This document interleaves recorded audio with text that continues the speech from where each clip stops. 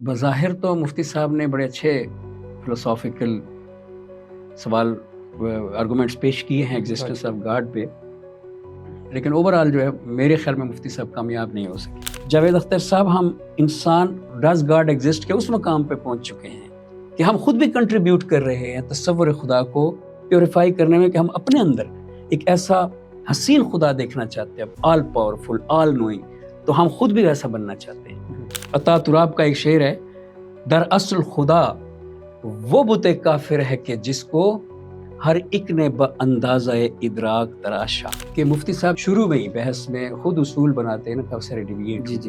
مفتی صاحب نے کہا کہ امپیریکل ایویڈنس فزیکل ریالٹی کو دیکھنے کے لیے ہوتا ہے، اور چونکہ گاڈ جو ہے وہ نان فزیکل ریالٹی ہے، تو اس لیے مشاہدے سے ہم اس کو کیسے دیکھ سکتے ہیں۔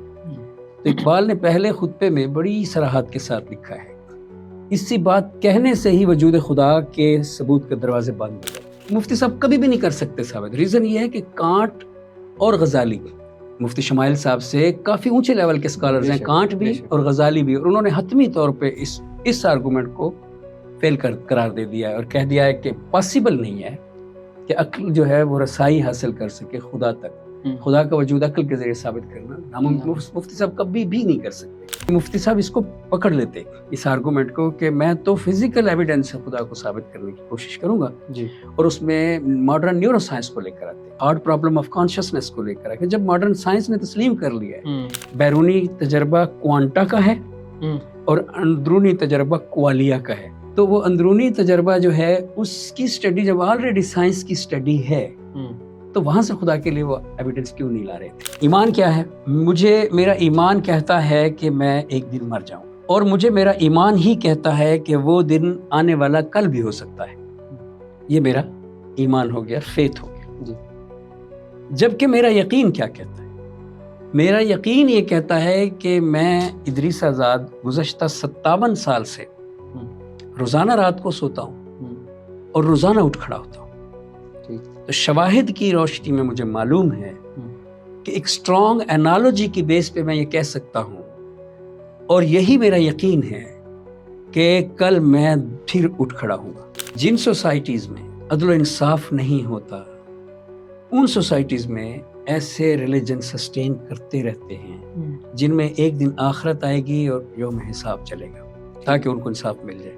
جن سوسائٹیز میں عدل و انصاف ہوتا ہے، وہاں پہ لوگوں کا ریلیجن خود بخود ان چیزوں سے ہٹ جاتا ہے کہ ایک دن قیامت ہوگی، مجھے جزا سزا ملے گی۔ جیسے برٹرنڈ رسل نے کہا کہ یہ کائنات کسی ایسے ریگریس کا ثبوت نہیں ہے جو ٹیمپرل آرڈر میں ہے، بلکہ یہ کلیکشن ہے، اور جس طرح آپ کی مدر، میری مدر، اس کی مدر کا مطلب یہ نہیں ہے کہ سب کی ایک مدر ہے، اس کا مطلب یہ کہ یہ کلیکشن ہے، اور اس میں ایک لوکل، ایک مارکووین بلینکٹ، ایک نیورل نیٹ ورک، ایک جگہ پہ زیادہ ڈاٹس اکٹھے ہو گئے تو ہم کہتے ہیں یہ ہیومن ہے، دوسری جگہ پہ اکٹھے ہو جاتے تو ہم کہتے ہیں یہ پہاڑ ہے، ورنہ یہ کائنات کل ہے۔ خدا نے اپنی مثال کس چیز سے دی ہے؟ اللہ نور السماوات والارض۔ ویسے تو اللہ کی مثال کسی شے سے نہیں دی جا سکتی، لیکن نور شے نہیں ہے، نور ماس لیس ہے، ڈائمینشن لیس ہے، اسپیس لیس ہے، ٹائم لیس ہے۔ اب نور کو اگر اللہ نے مثال کے لیے اختیار کیا ہے تو ذرا دیکھنا تو چاہیے نا کہ کیا نور کے لیے بھی ٹیمپرل آرڈر ہے؟ تو دیکھتے ہی ہمیں فزکس بتا دیتی ہے کہ نیور۔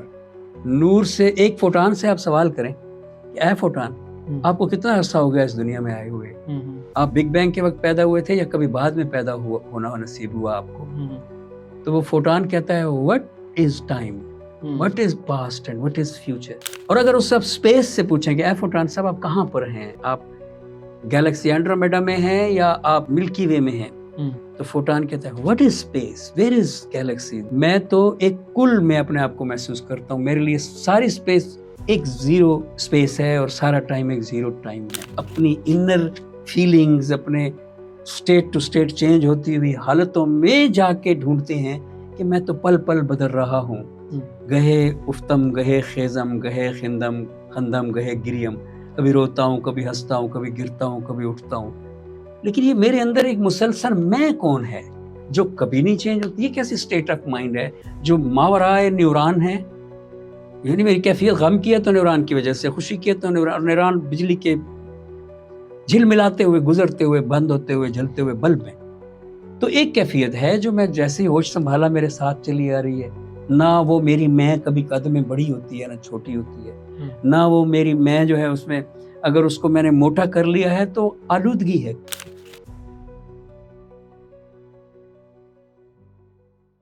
السلام علیکم سر. وعلیکم السلام. سر ابھی آپ نے ابھی جو یوٹیوب اور ٹویٹر پہ ایک بحث جو ہے جاوید اختر اور مفتی شمائل کے درمیان ہوئی ہے اس کو سنا ہے. اس کے بارے میں آپ کا تاثر کیا ہے؟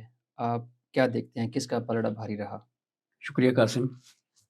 اعوذ باللہ من الشیطان الرجیم بسم اللہ الرحمن الرحیم. جی ہاں، میں نے دیکھی ہے بحث، بڑی دلچسپ تھی بہت سے حوالوں سے، اور میں اکنالج بھی کرتا ہوں کہ گھٹن کے اس دور میں ہندوستان میں اس طرح کی ڈیبیٹ کا ارینجمنٹ بڑا خوش آئند ہے.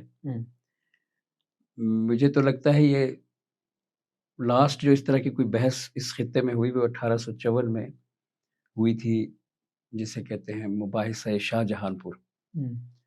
وہ بھی بڑی وہ اس کا ٹاپک بھی یہی تھا، ایگزسٹنس آف گاڈ. تو یہ بحث بڑی اچھی تھی. اور پلڑا بھاری والی بات آپ نے جو پوچھی اس میں اگر آپ یہ کہنا چاہتے ہیں کہ آرگومنٹ میں کون زیادہ ایکڈیمک تھا، کون زیادہ میٹیریل تھا، کون زیادہ آبجیکٹو تھا، اور کون اسپیکولیٹو تھا، کون جسٹ ایسے ہنچ پہ بات کر رہا تھا یا نان ایکڈیمک بات کر رہا تھا، اس طرح کا فرق دیکھا جا سکتا ہے. اوورآل بظاہر تو مفتی صاحب نے بڑے اچھے فلسافیکل سوال آرگومنٹس پیش کیے ہیں ایگزسٹنس آف گاڈ پہ، لیکن اوورآل جو ہے میرے خیال میں مفتی صاحب کامیاب نہیں ہو سکے. جاوید اختر جو ہیں وہ آن دی ادر ہینڈ اگرچہ اس فیلڈ کے نہیں تھے، کیونکہ یہ فیلڈ مفتی صاحب کی تھی. جاوید صاحب مفتی صاحب کے ڈومین میں آئے ہوئے تھے جی اس بحث میں. تو اس بحث میں سارا کنٹرول اصولی طور پہ مفتی صاحب کے ہاتھ میں ہونا چاہیے تھا بحث کا، کیونکہ جاوید صاحب جو ہے وہ شاعر ہیں. اس پر مستضاد شاعر آدھا ویسے مذہبی ہوتا ہے، بے شک وہ کہتے رہے وہ ایتھیسٹ ہے، لیکن اس پہ کبھی بات ہوگی کہ شاعر کی نیچر جو ہے وہ ایک ریلیجس پرسن کی نیچر جیسی ہوتی ہے. تو وہ تو جلدی مان جاتے اگر مفتی صاحب کے ہاتھ میں اچھا سا کنٹرول ہوتا. تو میرا یہ خیال ہے کہ مفتی صاحب کو یہ اسٹیبلش کرنے میں ناکامی ہوئی ہے کہ وہ اپنا آرگومنٹ پریزنٹ کر سکے گاڈ کی ایک ایگزسٹنس کا. کیونکہ جب آپ دیکھ رہے ہیں کہ بار بار جاوید انہیں کہہ رہے ہیں، جاوید اختر کہ مجھے سمجھ نہیں آ رہی یہ فلسفے کا آپ کی ٹرمز ہیں. تو اب دوسرا لمحہ مفتی صاحب پہ یہی آ جانا چاہیے تھا نا کہ وہ چھوڑیں ٹرمز کو، وہ چھوڑیں کانٹیجنسی کے لفظ کو، وہ چھوڑیں انفینٹ ریگریس کو، اور فوراً اس سطح پر اتر آئیں جو جاوید اختر کی تفہیم کی سطح ہے اس طرح کے آرگومنٹ کے لیے، اور فوراً مثالوں سے سمجھائیں. جیسے یہ کوشش کی ہے مولوی صاحب نے، مفتی صاحب نے، اور جاوید اختر نے ان کو مسترد بھی کیا ہے، میرے خیال میں کامیابی سے مسترد کر لیا ہے. تو اوورآل میرا یہ تاثر ہے کہ بڑی خوشائند بحث تھی، بڑی اچھی بحث تھی.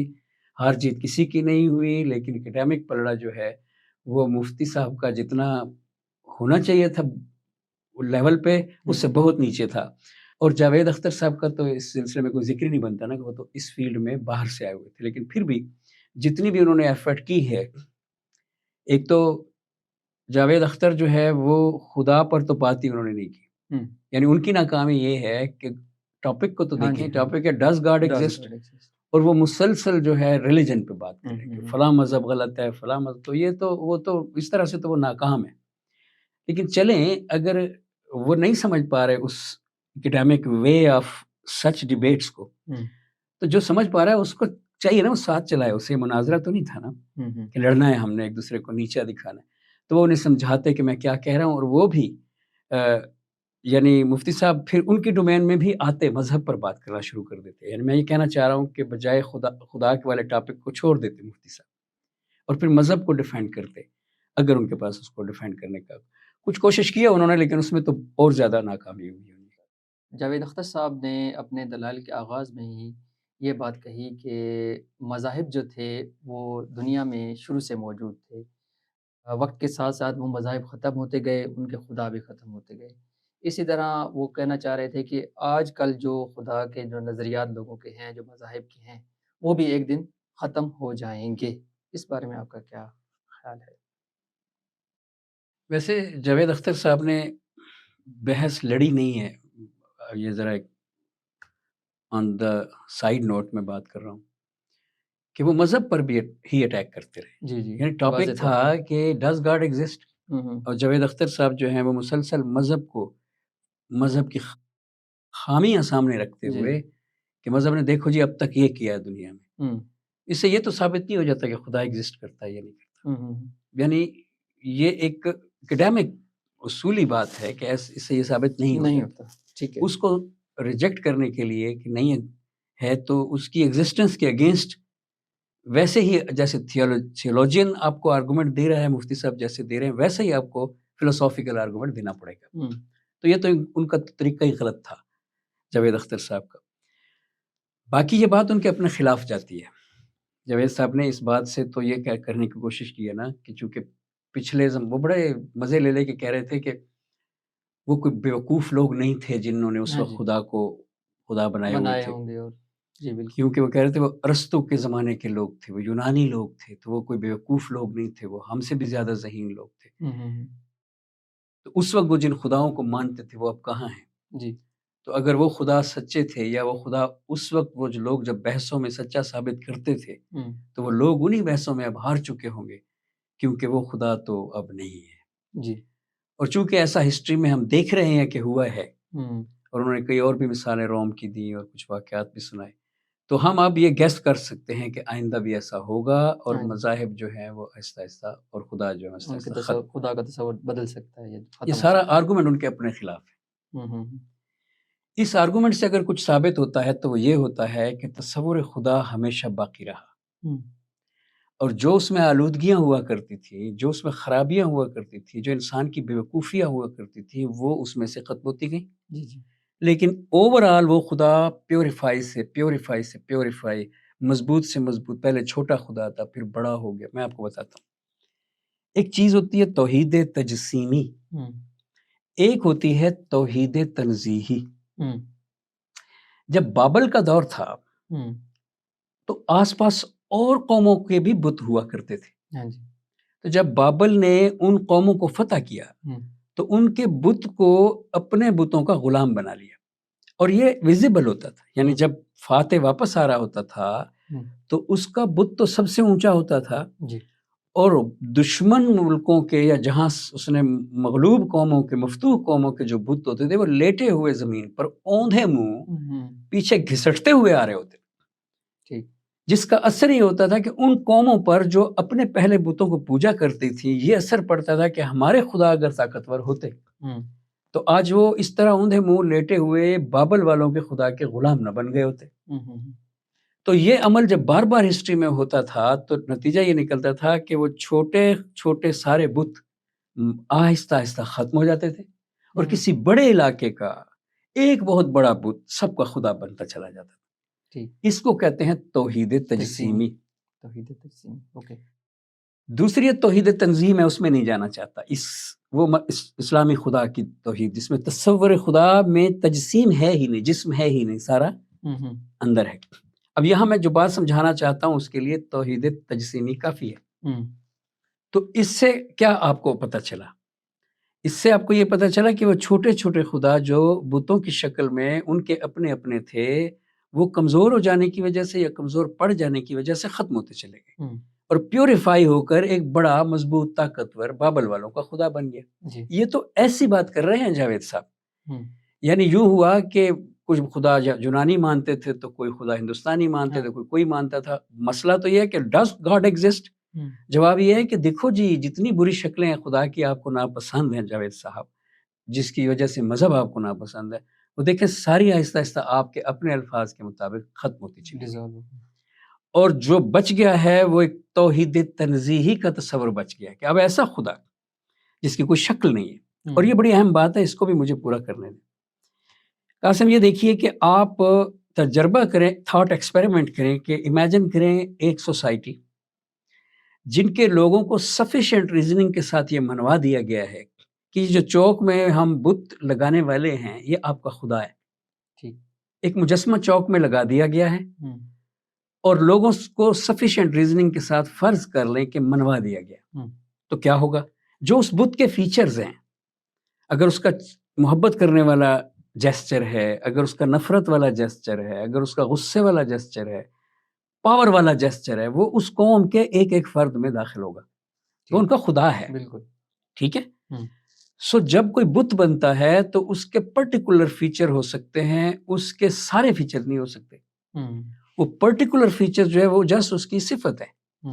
وہ اگر اصلی خدا کا وجود ویسا ہوتا تو وہ خدا ایک ہی شکل کا ہوتا، یا غصے والا یا پیار والا، کیونکہ اس بت کی شکل پہ ہوتا۔ بالکل۔ جب توحید تنزیہی آ جاتی ہے تو اس میں یہ بیوٹی آ جاتی ہے کہ اس میں کوئی شکل نہیں ہے خدا کی۔ اب آپ کے اندر اس کا تصور پیدا ہوتا ہے۔ اب چونکہ ہر فرد کا انر ایکسپیرینس ڈیفرنٹ ہے، تو ہر فرد کا تصور خدا تھوڑا سا دوسرے سے ضرور ڈیفرنٹ ہوتا ہے۔ میں اور آپ دو مسلمان لوگ ہیں، لیکن ہم دونوں کا جب ہم تنہائی میں خدا کے ساتھ باتیں کریں گے، تصور کریں گے اس سے، تو ڈیفرنٹ ہوگا، آپ کا اور میرا اور۔ جی۔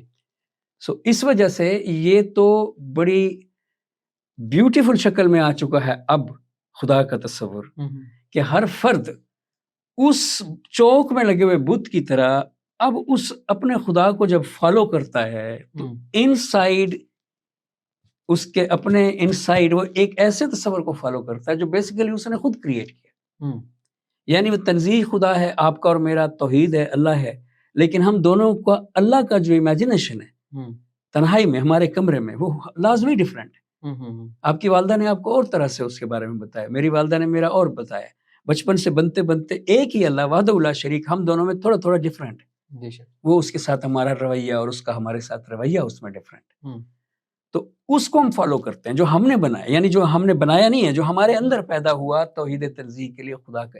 اب اس میں خدا کا تصور بنانے میں ہمارا دخل بھی آ گیا، یعنی پہلے خدا کا تصور ایک بڑھئی کمار بنا دیتا تھا، اور اب یہ جاوید اختر صاحب ہم انسان ڈز گاڈ ایگزسٹ کے اس مقام پہ پہنچ چکے ہیں کہ ہم خود بھی کنٹریبیوٹ کر رہے ہیں تصور خدا کو پیوریفائی کرنے میں، کہ ہم اپنے اندر ایک ایسا حسین خدا دیکھنا چاہتے ہیں، آل پاورفل، آل نوئنگ، تو ہم خود بھی ویسا بننا چاہتے ہیں۔ یہی تو وجہ ہے کہ انسانیت میں ہر انسان اب ہیرو بن کے جینا چاہتا ہے، کیونکہ وہ اپنے خدا کو فالو کر رہا ہے۔ وہ عطا تراب کا ایک شعر ہے، در اصل خدا وہ بت کافر ہے کہ جس کو ہر ایک نے با اندازہ ادراک تراشا۔ تو خدا تو جاوید صاحب کے اس اعتراض کی وجہ سے یہ ان کے خلاف جا رہا ہے اعتراض، خدا تو قائم دائم ہو گیا ہے، حی و قیوم ہو گیا، اس کی شکلیں بدلتی رہی ہیں، وہ تو کوئی ایسی بات نہیں۔ انٹرسٹنگ سر، مفتی صاحب نے گفتگو کے آغاز میں ہی یہ ایک اصول بنایا کہ خدا پر دلائل جو ہیں نہ امپیریکل ایویڈنس سے دیے جا سکتے ہیں، اور نہ ہی ہم آرگومنٹ فرام فیتھ سے خدا پر بات کر سکتے ہیں، صرف عقل سے بات کر سکتے ہیں۔ کائنڈلی امپیریکل ایویڈنس کے بارے میں آپ کچھ بتائیں، کیا چیز ہوتی ہے؟ یہ جو امپیریکل ایویڈنس ہے، یہ وہ ثبوت ہوتا ہے کہ جو مشاہدے سے ہمیں ملتا ہے۔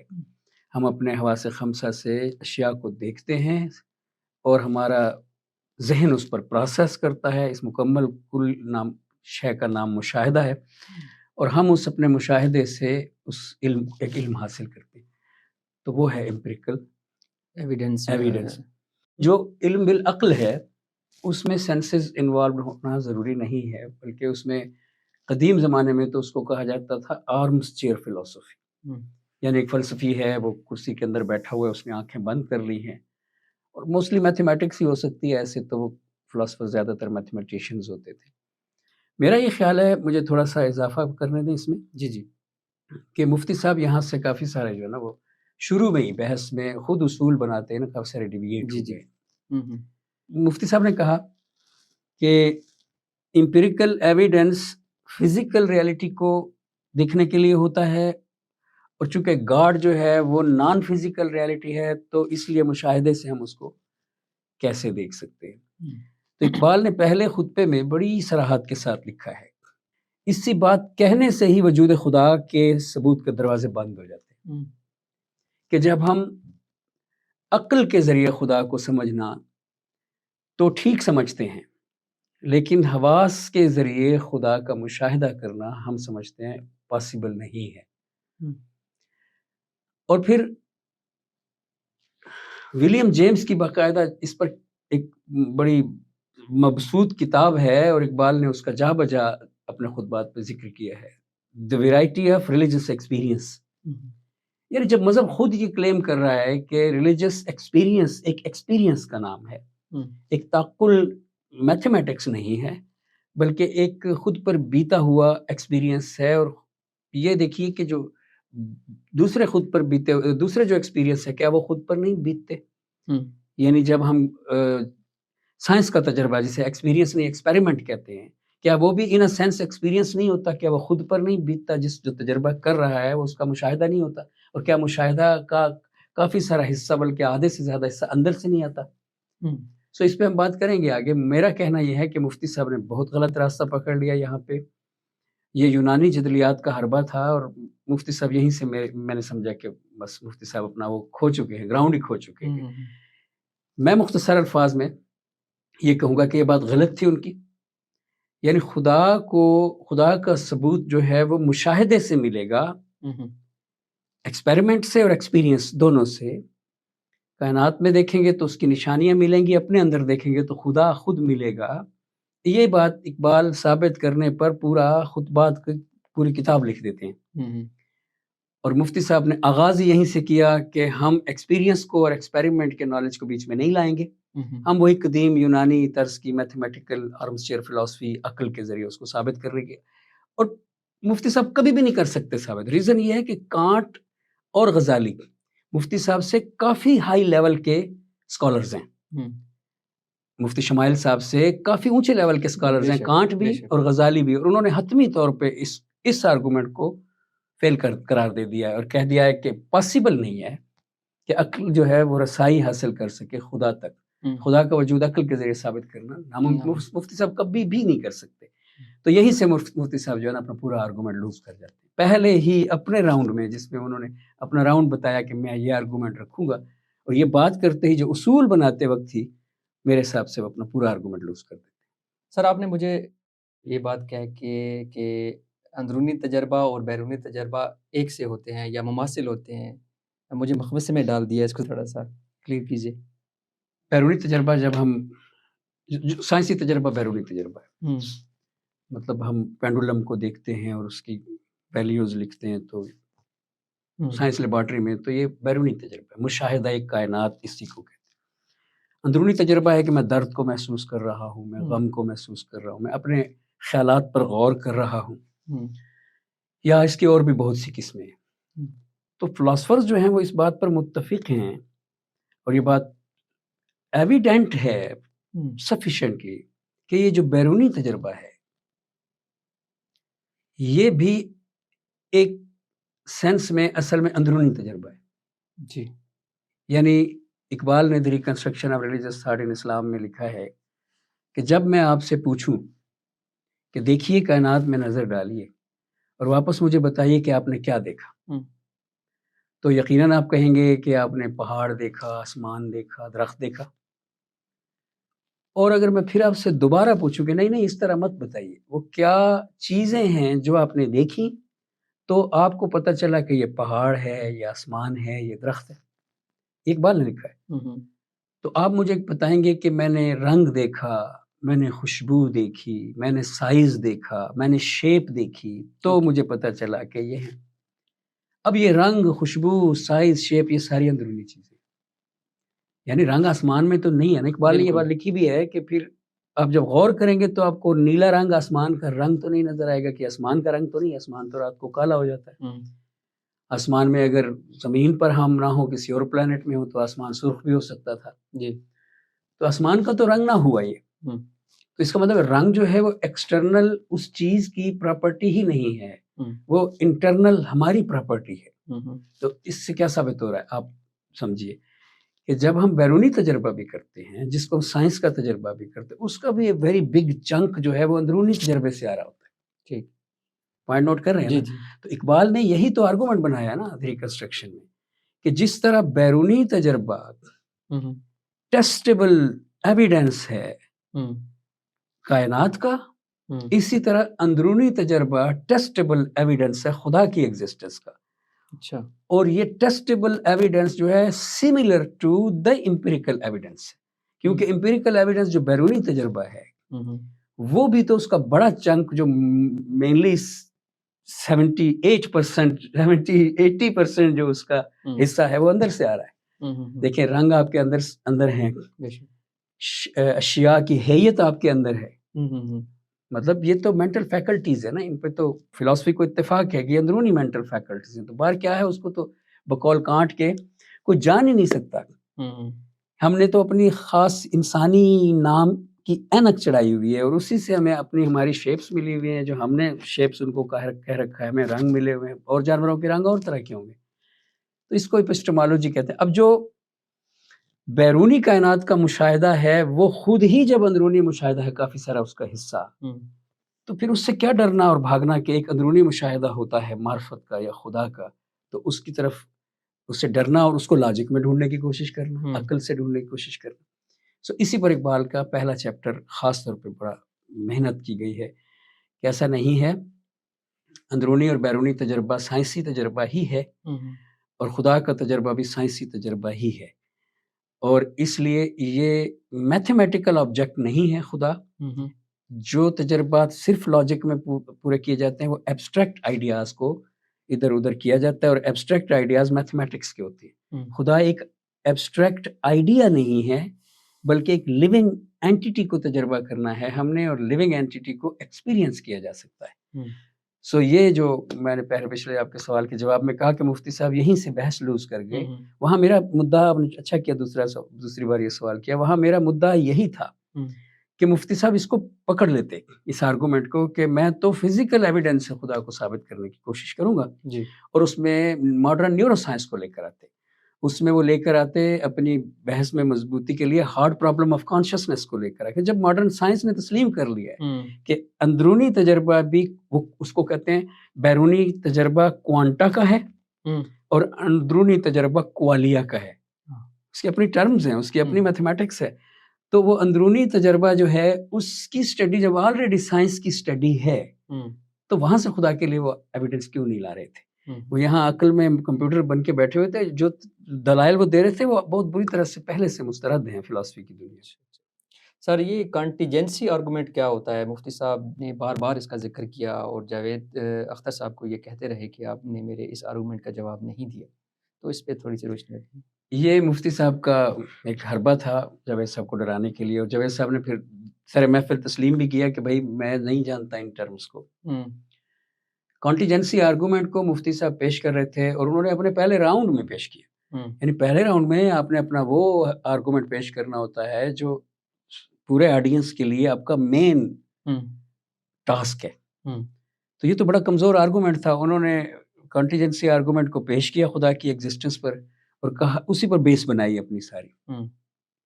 اب یہ آرگومنٹ تو بہت بری طرح سے ہسٹری میں، یعنی قدیم ہسٹری میں بھی ریجیکٹ کیا گیا ہے۔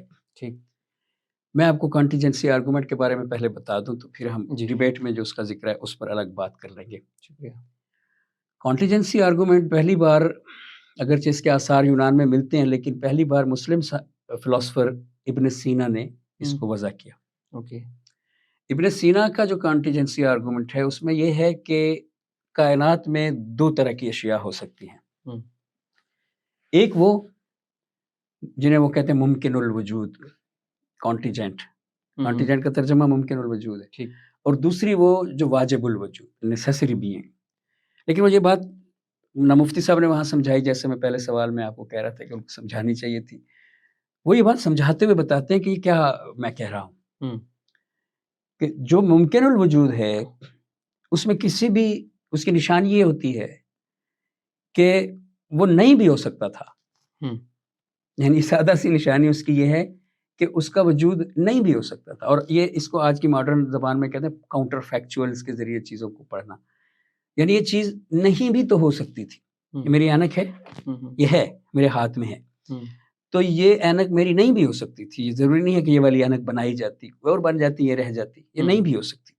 تو ایسی ہر چیز جس پہ ہم یہ قیاس کر سکتے ہیں کہ یہ چیز نہیں بھی ہو سکتی تھی، تو اس کا مطلب یہ ہوا کہ وہ چیز کانٹیجنٹ ہے، یعنی اس کا مطلب وہ اگر ہے جی جی تو کسی سبب سے آئی ہے، یعنی اس کو کسی نے بیرونی سبب نے اس کو کریٹ کر دیا ہے تو وہ آئی ہے. وہ بیرونی سبب نہ ہوتا تو وہ نہ ہوتی، ہوں وہ اس کی محتاج ہے، وہ ڈیپینڈنٹ ہے. ہوں تو یہ ہو گیا کانٹیجنٹ آبجیکٹ. اب ٹھیک. دوسرا آبجیکٹ بھی رہتا ہے. ایک وہ چیز بھی وہ کہتا ہے ابن سینا کہ ہو سکتی ہے کہ جس کے لیے یہ کہنا ممکن نہ ہو ہوں کہ یہ نہیں بھی ہو سکتی تھی. واجب الوجود میں خدا کا جو کنسپٹ ہے ہوں اس کے لیے آپ یہ نہیں کہہ سکتے کہ یہ نہیں بھی ہو سکتا تھا. ہوں تو یہ ہے اس کا وہ حصہ جو پہلے وجود میں آیا، جس کو کہتے ہیں ابن سینا کا آرگومنٹ. ٹھیک ہو گیا. غزالی نے ابن سینا اور الفارابی کے تمام آرگومنٹس کو اپنی کتاب تحافت الفلاسفہ میں دا انکوہیرنس آف فلاسفرز میں پوری طرح سے اس کو ریجیکٹ کیا. تو وہیں سے ریجیکٹ ہوتے آ رہے ہیں یہ آرگومنٹس. اگرچہ غزالی کا اپنا جو کلام کاسمولوجیکل آرگومنٹ ہے ان کی 17th بحث میں، وہ ہمارا ٹاپک نہیں ہے تو ہم اس کو چھیڑتے کہ غزالی کے پاس بھی ایک آرگومنٹ ہے. اچھا اب جو ابن سینا کا یہ آرگومنٹ آگے چلتا ہے تو کرسچین تھیولوجین اور فلاسفر تھامس ایکوینس اس آرگومنٹ میں تھوڑی سی تبدیلی لے آتے ہیں. اوکے. وہ ایک نیا آرگومنٹ، اس کا بھی بڑا ذکر کیا مفتی صاحب نے، وہ ایک نیا اس میں حصہ شامل کر دیتے ہیں انفینٹ ریگریس کا. نہیں بھی ہو سکتا تھا اگر مان لیا جائے ٹھیک کہ کانٹیجنٹ آبجیکٹ ہے، یہ کانٹیجنٹ آبجیکٹ ہے، یہ اینک، یہ نہیں بھی ہو سکتی تھی. ٹھیک. اگر یہ مان لیا جائے، یا اس کو ایک اور طرح سے بھی دیکھ لیں، کیونکہ جو تھامس ایکوینس کا اس میں تبدیلی ہے وہ اس طرح سے نہیں ہے کہ نہیں بھی ہو سکتی تھی کو مان لیا جائے، وہ ذرا ڈیفرنٹ ہے. وہ ہے کہ یہ ختم بھی ہو جائے گی تو نہیں ہوگی، یعنی یہ اینک ایک وقت میں ختم ہو جائے گی تو یہ نہیں ہوگی. تو کسی بھی شے کے ہونے اور ختم ہو جانے کے برابر چانسز ہیں اور یہ پرابیبلٹیز جاری رہتی ہے. ٹھیک. تو تھامس ایکوینس نے کہا کہ اگر کائنات قدیم ہے اور ہمیشہ سے یہ ہوتی چلی آ رہی ہے ریگریس کے ایک کانٹیجنٹ آبجیکٹ ڈیپینڈنٹ ہے اپنے پچھلے کسی کانٹیجنٹ آبجیکٹ پر، جی جی چونکہ وہ بھی کانٹیجنٹ آبجیکٹ ہے تو وہ پھر کسی اور پر ڈیپینڈنٹ ہے. تو یہ ایک ریگریس ہے ایٹرنل. تو وہ کہتے ہیں کہ ذرا سوچئے کہ اگر ختم ہو جانا بھی ایک امکان ہے اشیاء کا، کانٹیجنٹ اشیاء کا، تو ایک وقت میں ہر شے پر یہ امکان کبھی نہ کبھی تو ضرور آئے گا. اور اگر انفینٹ ریگریس ہو پیچھے تو اس سے یہ ثابت ہو جائے گا کہ ہر شے پہ ایک نہ ایک بار ختم ہو جانا اور فنا ہو جانے کا وقت آئے گا. صحیح. تو اگر چونکہ لامتناہیت ہے جو کبھی ختم ہی نہیں ہونے والی چیز، تو پھر اس کا مطلب یہ ہوگا کہ سب چیزوں پہ ایک بار یہ وقت آ جائے گا. صحیح. جب ختم ہو جائے گی تو دوبارہ تو آئے گی نہیں، تو ختم ہے، تو آخر میں ساری چیزیں ہی ختم ہو جائیں گی. اور کائنات اگر انفینٹ ریگریس کو مان لیا جائے کازز کے، تو کائنات ایگزسٹ نہیں کر سکتی. تھامس ایکوینس کا یہ نظریہ ہے. ٹھیک ہو گیا. تو لہٰذا ہمیں یہ ماننا پڑے گا کہ یہ انفینٹ ریگریس ہی نہیں ہے اور یہ کائنات شروع ہوئی، اور اس لیے چونکہ یہ ہمیشہ سے لامتناہیت نہیں ہے تو اس لیے چیزیں ابھی بے شک ختم ہو جاتی ہیں لیکن ابھی ساری ختم نہیں ہوئی، جس سے وہ ایک تاثر یہ بھی دینا چاہتے ہیں کہ پھر ایک ٹائم آئے گا کہ یہ ساری ضرور ختم ہو جائیں گی. یہ تھا اس کا دوسرا ورژن جو تھامس ایکوینس کا ورژن تھا. لیکن اس ورژن میں یہی انفینٹ ریگریس والی کمزوری تھی. انہوں نے ایک تو ازیوم کر لیا کہ انفینٹ ریگریس جو ہے یہ ٹائم میں ہونا لازمی ہے. مفتی صاحب نے کہا کہ یہ جو انفینٹ ریگریس ہے اس میں میتھمیٹیکل تو پاسبل ہے، یعنی جو برٹرنڈ رسل نے آبجیکشن کیا اس کو انہوں نے تھوڑا سا ایکنالج کیا، لیکن یہ فزیکل ورلڈ میں پاسبل ہے. میں آپ کو مثال دیتا ہوں، یہ فزیکل ورلڈ میں بھی پاسبل ہے. یعنی ایک ایسی انفینٹی امیجن کریں جس میں انفینٹ کینڈلز ہوں، یعنی ایک شمع جل رہی ہو، دوسری شمع اس کے پاس آئے، پچھلی بجھنے سے پہلے دوسری کو جلا دے، پچھلی کی فزیکیلٹی ڈسکنیکٹ ہو جائے گی، دوسری اسی طرح یہ عمل آگے بھی جاری رہے، دوسری تیسری کو جلا دے، تیسری چوتھی کو جلا دے، تو نور کا جو وہ تسلسل ہے وہ اس کنیکشن کی وجہ سے قائم رہے گا چاہے پچھلی ڈسکنیکٹ بھی ہو جائے اور اس کی ڈیتھ بھی ہو جائے. یعنی وہ جو انفینٹ ریگریس جو ہے، جو ڈومینوس میں دیکھتے ہیں کہ ہم نے ایک اینٹ کو گرایا تو لائن میں کھڑی ہوئی ساری اینٹیں گریں گی، وہ انفینٹ ریگریس جو ہے وہ اس طرح سے ٹیمپورل میں تو لاگو کیا ہی نہیں جا سکتا. میں آپ کو as a student of philosophy عرض کرتا ہوں کہ جس چیز کو مفتی صاحب پیش کرنا چاہ رہے تھے وہ اس آرگومنٹ کا حصہ ہی نہیں تھی. اس کے بعد یہ آرگومنٹ لائبنس کے پاس آیا، کیلکولس کا خالق. تو لائبنس کو سمجھ آ گئی کہ یہ جو کاز کو پیچھے ٹیمپرل ریگریس میں رکھنا ہے، ٹائم میں رکھنا ہے، یہ چلے گا نہیں. تو اس نے کاز کو ہٹا کے ریپلیس کر کے اس کی جگہ پہ ایک نئی چیز شامل کر دی، سفیشینٹ ریزن. تو لائبنس کا آرگومنٹ آف کانٹیجنسی یہ ہے کہ ہر آبجیکٹ جو کانٹیجنٹ ہے اس کے ہونے کی ایک سفیشینٹ ریزن پیچھے ہے. تو یہ آرگومنٹ ایک نئی فارم اختیار کر گیا اور اس کے ساتھ دوبارہ زندہ ہو گیا. لیکن برٹرنڈ رسل کے پاس پہنچ کر یہ آرگومنٹ پرماننٹلی جو ہے نا وہ ڈیزالو ہو جاتا ہے. کیونکہ برٹرنڈ رسل نے بی بی سی کے ایک انٹرویو میں عذرا تفنن ایک بڑی اچھی اس آرگومنٹ پہ مثال دی. برٹرنڈ رسل نے کہا کہ میری بھی ماں ہے، I have a mother, you have a mother, this one have a mother, that one have a mother. This doesn't mean کہ پوری انسانیت کی بھی ایک ماں ہے. تو یہ سفیشینٹ ریزننگ کو یہ ڈیمالش کرتا ہے.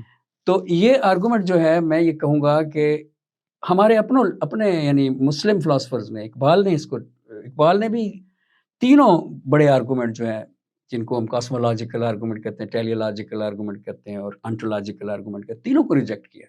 یہ طریقہ ہی نہیں ہے. یہ جو مفتی صاحب نے اختیار کیا خدا کو ثابت کرنے کا، یہ مینی ٹائم فیلڈ طریقہ ہے ہسٹری آف فلاسفی میں. جی سر، یہ کانٹیجنسی آرگومنٹ کی کسی حد تک مجھے سمجھ تو آ گئی ہے، تھوڑا سا مشکل تھا میرے لیے بھی سمجھنا. اب میں یہ چاہ رہا تھا کہ اگر میں کسی ایسے شخص کو جو فلسفہ کا اسٹوڈنٹ نہیں ہے اس کو کیسے سمجھاؤں گا یہ آرگومنٹ؟ اصل میں یہ کانٹیجنسی آرگومنٹ بیسیکلی مین کاسمولوجیکل آرگومنٹ کی ایک قسم ہے. تو مین کاسمولوجیکل آرگومنٹ عام آدمی کے سمجھنے میں آسانی سے سمجھ میں آتا ہے. اچھا. کاسمولوجیکل آرگومنٹ یہ ہے کہ ہر شے کی کوئی نہ کوئی کاز ضرور ہوتی ہے. آپ نے پنکھا چلتا دیکھا، آپ کو پتہ ہے کہ بجلی اس کی کاز ہے. پیچھے آپ سفر کریں گے تو بجلی گھر تک پہنچ جائیں گے، گریڈ اسٹیشن تک پہنچ جائیں گے کہ یہاں سے وہ آ رہی ہے. اور اگر آپ بٹن کے دبنے کو کاز کہتے ہیں تو اپنے ہاتھ پہ آئیں گے اور پھر آپ نے دبایا اور پھر آپ کہاں سے آ رہے ہیں. تو ہر چیز کاسمولوجیکل آرگومنٹ میں یہ ہے کہ یہ جو کائنات کی اشیاء ہیں یہ سلسلہ علت و معلول کی وجہ سے موجود ہیں، کاز اینڈ ایفیکٹ سے. ایک کاز ہوتی ہے، پھر اس کا ایک ایفیکٹ ہوتا ہے، وہ ایفیکٹ کسی اور چیز کی کاز بن جاتا ہے. یہ مین کاسمولوجیکل آرگومنٹ. یہ تو آسان ہے جی. ہر ایک ایفیکٹ کی کاز ہوتی ہے اور وہ کاز خود کسی اور کاز کا ایفیکٹ ہوتا ہے اور یہ سیریز ہے. اور یہ جب پیچھے ہم جاتے ہیں یہ سیریز تو کہیں نہ کہیں تو اسے ختم ہونا چاہیے. ایسا ہو نہیں سکتا کہ یہ ہمیشہ سے یہ سیریز چلتی آ رہی ہو. ٹھیک. تو فرض کر لیا گیا ہے کہ اس کو کہیں نہ کہیں ختم ہو جانا چاہیے. تو جہاں پہ بھی ختم ہوگی، مفتی صاحب باقاعدہ بحث میں یہ جملہ بولتے ہیں، جہاں رکے گی وہی خدا ہے. یہ ان کا الفاظ تھے. تو جہاں پہ بھی وہ ختم ہوگی تو اس کو فلسفے کے لوگ کہتے ہیں علت اولا. انگریزی میں کہا جاتا ہے پرائم موور یا علت العلل، سب علتوں کی علت.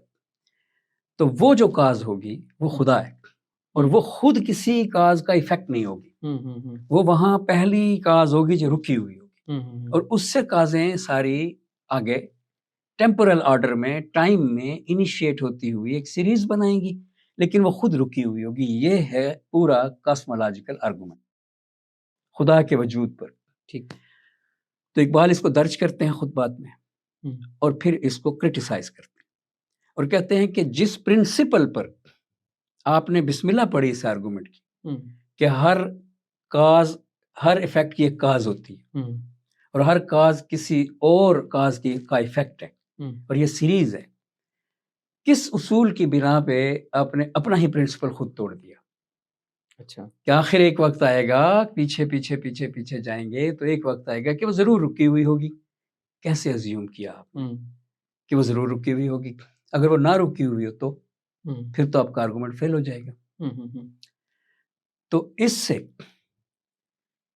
یہ اب کانٹیجنسی کا آرگومنٹ نہیں تھا، جی جی یہ کاسمولوجیکل آرگومنٹ تھا جس کو اقبال نے کرٹیسائز کیا، اور یہ فلسفے میں تھرو آؤٹ چینج ہوتا رہا ہے یہ آرگومنٹ بھی.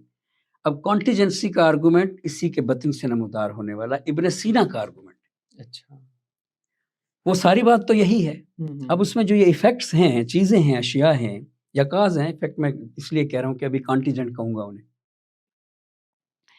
تو یہ جو ایفیکٹ ہیں یہ ممکن الوجود ہیں، یعنی یہ ایسے وجود ہیں جو ہو بھی سکتے تھے، ممکن تھے، نہیں بھی ہو سکتے تھے.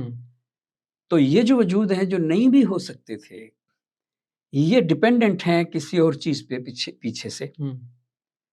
سو اس لیے یہ ممکن الوجود کے ہوتے ہوئے ایک اور وجود جو لازمی طور پہ واجب الوجود ہوگا یہ بھی اب یہاں مفروضہ ہے. اچھا دیکھیں نا، یہ کمزوریاں ہیں نا ان آرگومنٹس کی. ایک اور وجود جو واجب الوجود ہوگا، جس کو جو کسی کا سبب نہیں ہوگا، اسی بات کو کہنے کا ڈیفرنٹ انداز ہے.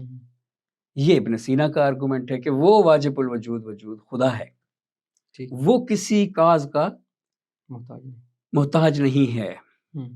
اب اس میں امام غزالی نے جب فلسفیوں پر اپنی کتاب لکھی اعتراض کرنے کے لیے، تو ان میں سے ایک آرگومنٹ پہ اعتراض کیا. تو اقبال نے تو دوسروں کے اعتراض لیے ہوں گے شاید، امام غزالی نے تو خود بڑا ڈیپ جا کے ان کے لاجیکل جو نقص ہیں وہ نکالے. تو اس میں اشریوں کا، یعنی امام غزالی اشریوں کا ایک سلسلہ ہے فلسفیوں کا، اس میں ان کا نام ہے. تو اشریوں کا جو اس میں موقف ہے وہ بھی یہاں پہ بڑا دلچسپ ہے. میں اس پہ ڈیٹیل میں نہیں جاؤں گا، صرف آپ کے لیے تھوڑا سا عرض کر دیتا ہوں کہ وہ کاز اینڈ ایفیکٹ کو نہیں مانتے. اچھا وہ کہتے ہیں یہ ہماری عقل کا دھوکہ اور وہم ہے کہ ہم یہ سمجھتے ہیں کہ جب ہم ماچس کی تیلی جلاتے ہیں اور کاٹن کو آگ لگاتے ہیں تو ماچس کی تیلی کی آگ کاز ہے اور کاٹن کا جلنا اس کا ایفیکٹ ہے. جی امام غزالی کہتے ہیں یہاں ہمارا وہم ایسا ہمیں بتا رہا ہے کہ ایسا ہوا ہے. امام غزالی کہتے ہیں کہ اس کا کوئی لاجیکل ایویڈنس موجود نہیں ہے کہ ہم اس بات کو ثابت کر سکیں کہ ریئل میں یہ اس کی کاز ہے. اب جب کوانٹم فزکس کا دور آیا تو یہ سوالات پھر سے دوبارہ اٹھیں جو غزالی نے اٹھائے ہیں. تو ایون کہ وہ کاز کو ہی ڈینائی کر دیتے. اچھا، پھر اس کے بعد میں نے جو اس کے ورژنز بیان کیے تھے ان کا بھی ہونا امپورٹنٹ ہے، کیونکہ وہ انفینٹ ریگریس والی بات جو مفتی صاحب بار بار کرتے ہیں وہ بعد کے ورژنز کی وجہ سے ایڈ ہوگی. کہ ایکوینس نے یہ سوچ لیا کہ ہر چیز ہمیشہ ٹیمپرل آرڈر میں ہی ہوتی ہے، اور اگر کائنات پیچھے سے انفینٹ ہوتی، جیسا کہ اقبال نے اعتراض کیا کہ آپ نے روک کیوں دیا پیچھے، تو آپ انفینٹ مان لیجئے. تو ایکوینس اس کا جواب دے رہے ہیں کہ اگر یہ انفینٹ ہوتی تو چونکہ ہر چیز نے کبھی ختم بھی ہونا ہے تو اب تک ساری ختم ہو گئی ہوتی. یہ بڑا کمزور آرگومنٹ ہے، اب تک ساری ختم ہو گئی ہوتی ہے. ویسا آرگومنٹ ہے جیسے جب یہ سوال سائنس میں آیا تھا کہ آسمان کا رنگ رات کو کالا کیوں نظر آتا ہے، تو اس کا 300-400 سال جواب نہیں دیا جا سکا.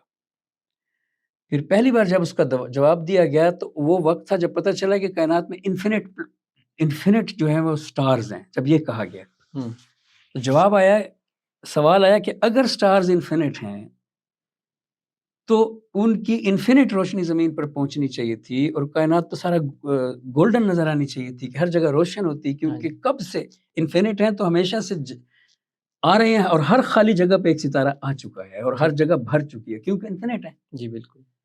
تو اس طرح کی میں ایک چیز کہہ رہا ہوں، یہ سائنس کی بات تھی، وہ الگ تھی. ایکوینس نے اس طرح کی چیز سمجھ لی کہ یہ ریگریس جو ہے پیچھے کبھی نہ ختم ہونے والا سلسلہ ہے. اگر مان لیا جائے تو کائنات ایگزسٹ نہیں کر سکتی، کیونکہ ایک بار ختم ہر چیز نے ہونا ہوتا ہے اور سب کی ایک ایک بار باری آ گئی ہوتی.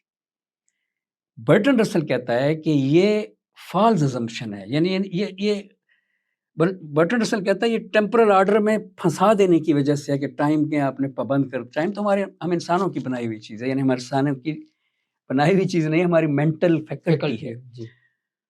تو وہ اس میں کہتا ہے کہ جوڑ کے دیکھنے کی وجہ سے آپ کو ایسا لگ رہا ہے. برٹن رسل کہتا ہے کہ یہ کائنات ایک کلیکشن ہے, یہ ایک سیریز نہیں ہے, اور اس کلیکشن میں آپ کی بھی مدر ہو سکتی ہے, میری بھی مدر ہو سکتی ہے, ایک گائے بکری کی بھی مدر ہو سکتی ہے, لیکن اس کا یہ مطلب نہیں ہے کہ ساری لائف جو ہے حیاتیات زمین کی, اس کی بھی ایک مدر ہے. جی. تو اس لیے یہ آرگومنٹ کافی نہیں ہے. وہ اس طرح کا آرگومنٹ بناتے ہیں کنٹیجنسی والے. اب سمجھے آپ؟ جی جی. اور اس میں اس طرح کے آرگومنٹ میں وہ اس کو کانٹیجنٹ آبجیکٹ سے ایک آبجیکٹ الگ کر دیتے ہیں. جو آبجیکٹ خدا ہے, تو وہ خدا جو ہے اس کی کمال یہ ہے کہ وہ کانٹیجنٹ نہیں ہے. سوال یہ ہے کہ یہ چیزیں بھی تو کانٹیجنٹ نہیں ہیں موسٹلی. جی. آپ کی ماں ہے, میری ماں ہے, تو سب کی ماں ضروری نہیں ہے کہ ایک ہی ہو ساری کائنات کی شروع سے. تو یہ کلیکشن ہے برٹن رسل کے نزدیک. جاوید اختر صاحب نے فیتھ اور بلیف کا بار بار اصرار کیا اور کہا کہ نارتھ پول ایگزسٹ کرتا ہے, یہ میرا بلیف ہے.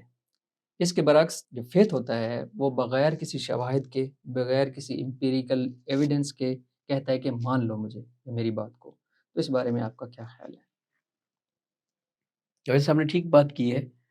بلیف اور فیتھ میں فرق تو ہے, اور یہی فرق ہے جو انہوں نے بیان کیا ہے. اور یہ اصل میں قرآن کریم کی جو ہے نا اصطلاحیں ہیں. فیتھ اور بلیف سے زیادہ ایمان اور یقین کی جو ٹرمز ہیں. جی جی. اور مسئلہ یہ ہے کہ جاوید صاحب یہ بات کر کے یہ سمجھ رہے ہیں کہ جو فیتھ ہے وہ آنکھیں بند کر کے, کان بند کر کے, غور و فکر کرنے کی اجازت نہ دے کر, سوال کرنے کی اجازت نہ دے کر چیزوں پر ایمان لانے کو کہا جاتا ہے. یعنی ایمان اسی کو وہ کہتے ہیں کہ کہا جاتا ہے. As a matter of fact یہ بات درست نہیں ہے. علامہ اقبال نے دی ریکنسٹرکشن میں پروفیسر وائٹ ہیڈ کی ریفرنس سے 2-3 کوٹس ایسی دی ہیں جن میں میں ایک آپ کو بیان کر دیتا ہوں. کوٹس میں یہ بات ہے کہ ڈاکٹر پروفیسر وائٹ ہیڈ لکھ رہے ہیں کہ مذہب کا ہر عہد اقلیت کا عہد تھا. اور اقبال خود بڑا سفیشینٹ آرگومنٹ کے بعد یہ ثابت بھی کرتے ہیں کہ Islam was the beginning of inductive intellect. Islam was the inventor of inductive intellect. یعنی یونان میں تھی انڈکٹیو لاجک, لیکن انڈکٹیو انٹلیکٹ جو ہے وہ اسلام نے قرآن کی وجہ سے دی ہے. تو یہ جو بلیف اور فیتھ کا فرق کرتے ہوئے وہ فیتھ کے بارے میں اپنی ایسی رائے دیتے ہیں جس کا معنی یہ ہے کہ آپ کوئی سوال نہ اٹھائیں تو فیتھ ہے. جی. قرآن کریم بھی اس کے بالکل اگینسٹ کھڑا ہے. قرآن کریم میں کہا گیا ہے کہ جو آنکھیں بند کر لیں, جو کان بند کر لیں, سمم بکمن عمیٌ فہم لا یرجعون, تو وہ کبھی لوٹ نہیں سکتے حقیقت کی طرف. قرآن کریم کی ایک آیت میں ہے کہ لم یخروا علیہا صما وعمیانا, کہ جو مومنین ہیں وہ اندھے اور بہرے ہو کر اللہ کی آیات پر بھی نہیں گرتے, ان پر وہ غور کرتے ہیں. اور اسی طرح سے جو یؤمنون بالغیب کا ترجمہ ویسا سمجھا جاتا ہے جیسا جاوید اختر صاحب سمجھ رہے ہیں, وہ ترجمہ بھی فی نفس ہی درست نہیں ہے لاجیکلی, خود قرآن کی اپنی لاجک کے مطابق. ٹھیک. وہ ترجمہ یہ سمجھا جاتا ہے کہ یؤمنون بالغیب کا معنی یہ ہے کہ غیب پر ایمان لانا, اور غیب میں شامل ہیں 4 یا 5 یا 10 چیزیں, اور وہ چیزیں ہیں خدا, فرشتے, آخرت, قیامت ایٹسٹرا. ٹھیک. یہ غیب کہاں سے ہو گیا؟ غیب کا معنی یہ ہے کہ جو غیب ہو, جو موجود نہ ہو. غیب کا معنی یہ ہے کہ وہ پرابیبلٹی جو فیوچر میں ایگزسٹ کرتی ہے, یا وہ پرابیبلٹی جو نالج میں ایگزسٹ کرتی ہے, یا وہ پرابیبلٹی جو اکیڈیمک پیپرز کی اینٹی تھیسس یا تھیسس کی صورت میں اچانک سامنے آ سکتی ہے, اس پر ایمان رکھنا. یا وہ غیب میں ہونے والا کام, اس پر ایمان رکھنا, جیسا کہ میں مر جاؤں گا ایک دن. غیب میں ہے کیونکہ مستقبل میں ہے. یہ مستقبل ابھی نہیں آیا, تو یہ ایک امکان ہے. ٹھیک۔ اور یہ امکان ہے، لیکن مجھے ایمان ہے، میرا فیتھ ہے میرا کہ میں مر جاؤں گا۔ کہاں ہے اس فیتھ میں ایسی چیز جسے کہا جائے کہ آنکھیں بند کر کے ماننے والی چیز ہے؟ اس میں تو ہر بندہ لٹرلی جانتا بھی ہے تو ہے کہ وہ ایک نہ ایک دن مر جائے گا۔ بلکہ ایمان اور یقین کی جو مثالیں ہیں وہ ہیں ہی یہی دو، یعنی اس انداز کی کوئی بھی لے لیں۔ دیکھیے ذرا ایمان کیا ہے۔ میرا ایمان کہتا ہے کہ میں ایک دن مر جاؤں گا جی۔ اور مجھے میرا ایمان ہی کہتا ہے کہ وہ دن آنے والا کل بھی ہو سکتا ہے۔ یہ میرا ایمان ہو گیا، فیتھ ہو گیا۔ جی۔ جبکہ میرا یقین کیا کہتا ہے؟ میرا یقین یہ کہتا ہے کہ میں ادریس آزاد گزشتہ 57 سال سے روزانہ رات کو سوتا ہوں اور روزانہ اٹھ کھڑا ہوتا ہوں۔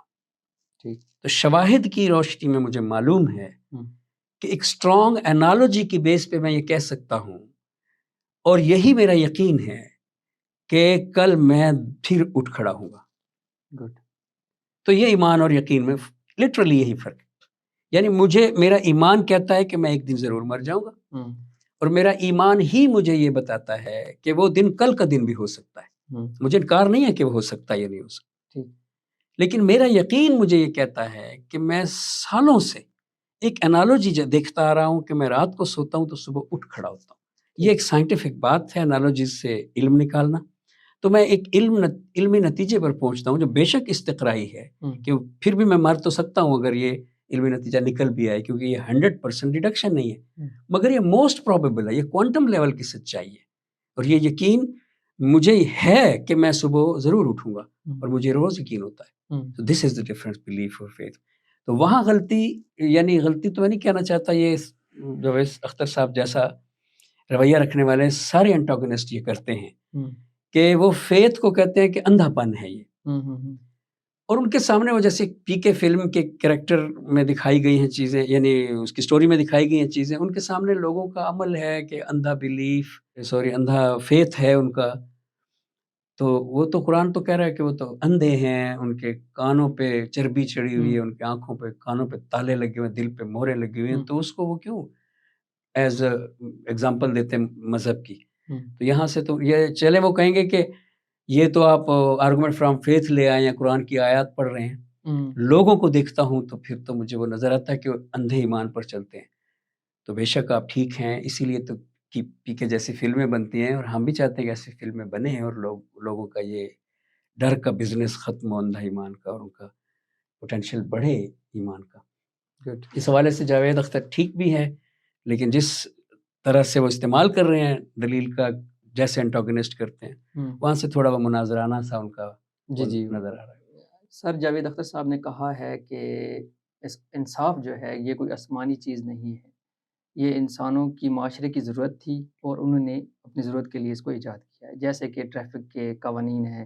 اسی طرح اچھائی اور برائی کا تعین بھی معاشروں میں ضروری ہوتا ہے۔ اس بارے میں آپ کا کیا خیال ہے؟ جاوید صاحب نے یہ بات اس لیے کی، انہوں نے اس بات سے پہلے انہوں نے کیا کہا؟ اس بات سے پہلے جاوید صاحب نے یہ کہا کہ مذہب کا سارا دار و مدار یوم آخرت پر کھڑا ہے، روز حساب پر کھڑا ہے، اور انصاف کے نظریے پر کھڑا ہے کہ ایک دن آئے گا مجھے انصاف ضرور ملے گا۔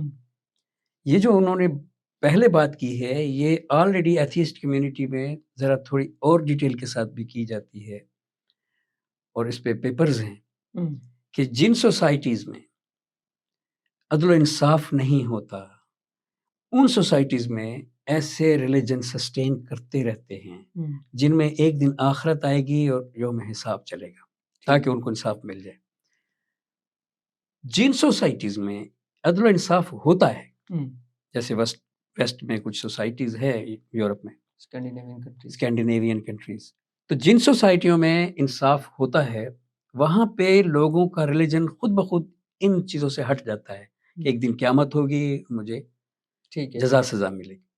بلکہ وہ ریلیجن کی بجائے روحانیت جب ڈھونڈتے ہیں، روحانیت تو انسان کی نیڈ ہے، تو وہ اس کو پھر اور طرح سے ڈھونڈتے ہیں، جیسے یوگا اختیار کر لینا، یوگا کی مشقیں، سانس کی مشقیں، پرانایاما، بدھ مت کے قریب کی روحانیت، تو اپنا وہ لسٹ پورا کر لیں جو ایک ریلیجن سے ہمیں ملتا رہتا ہے، لیکن اس چیز سے ہٹ جائیں جس نے ہمارے اندر جذبات کو جگا رکھا ہے کہ کل قیامت ہوگی، میرے بدلے مجھے ملیں گے.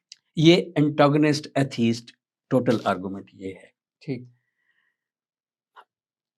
اور پھر جب انہوں نے جاوید اختر صاحب نے یہ بات کی کہ انصاف جو ہے وہ کوئی آسمانی چیز نہیں ہے، تو اس سے مراد ان کی یہ ہے کہ انصاف کوئی ایبسلیوٹ یونیورسل نہیں ہے، بلکہ یہ تو انسانوں کے معاشرے کی وجہ سے ہے، کیونکہ وہ اس سے پہلے یہ بھی کہتے ہیں کہ کائنات میں انصاف نہیں ہے. کائنات لٹرلی بے انصاف ہے، کیونکہ شیر جو ہے وہ ہرن کو کھا جاتا ہے، اور ڈیزاسٹرز ہیں اور زلزلے ہیں. اور تو وہ یہ کہتے ہیں کہ کائنات میں تو عدل و انصاف نہیں ہے، نہ جزا و سزا ہے، لیکن یہ کنسپٹ آ تو گیا ہیومن اینیملز میں، سوسائٹیز میں. تو یہ کنسپٹ انسانوں نے کریٹ کیا ہے. ٹھیک.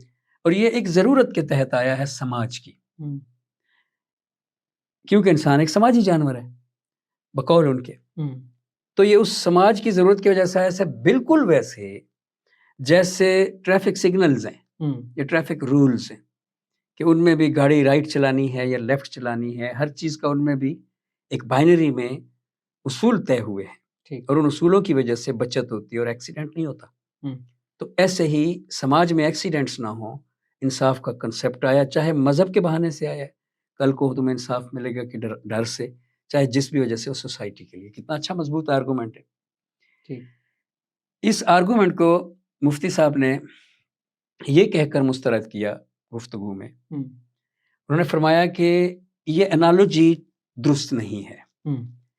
ٹریفک سگنلز کی انالوجی ایبسولوٹ جسٹس کے، ڈے آف ججمنٹ کے جسٹس کے کنسپٹ سے یہ انالوجی، انہوں نے یہاں ٹرم بولی falls ایکویولنس.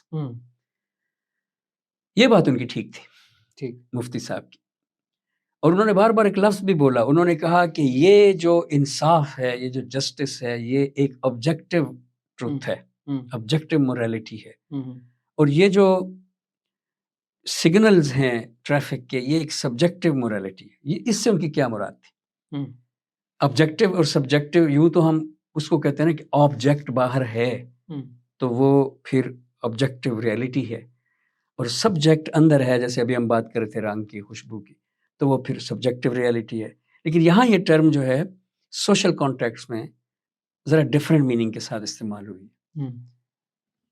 Objective justice objective reality ہے اور ٹریفک سگنلنگ سبجیکٹو ریئلٹی ہے. پہلے اس کو ذرا کھول لیں. ٹھیک.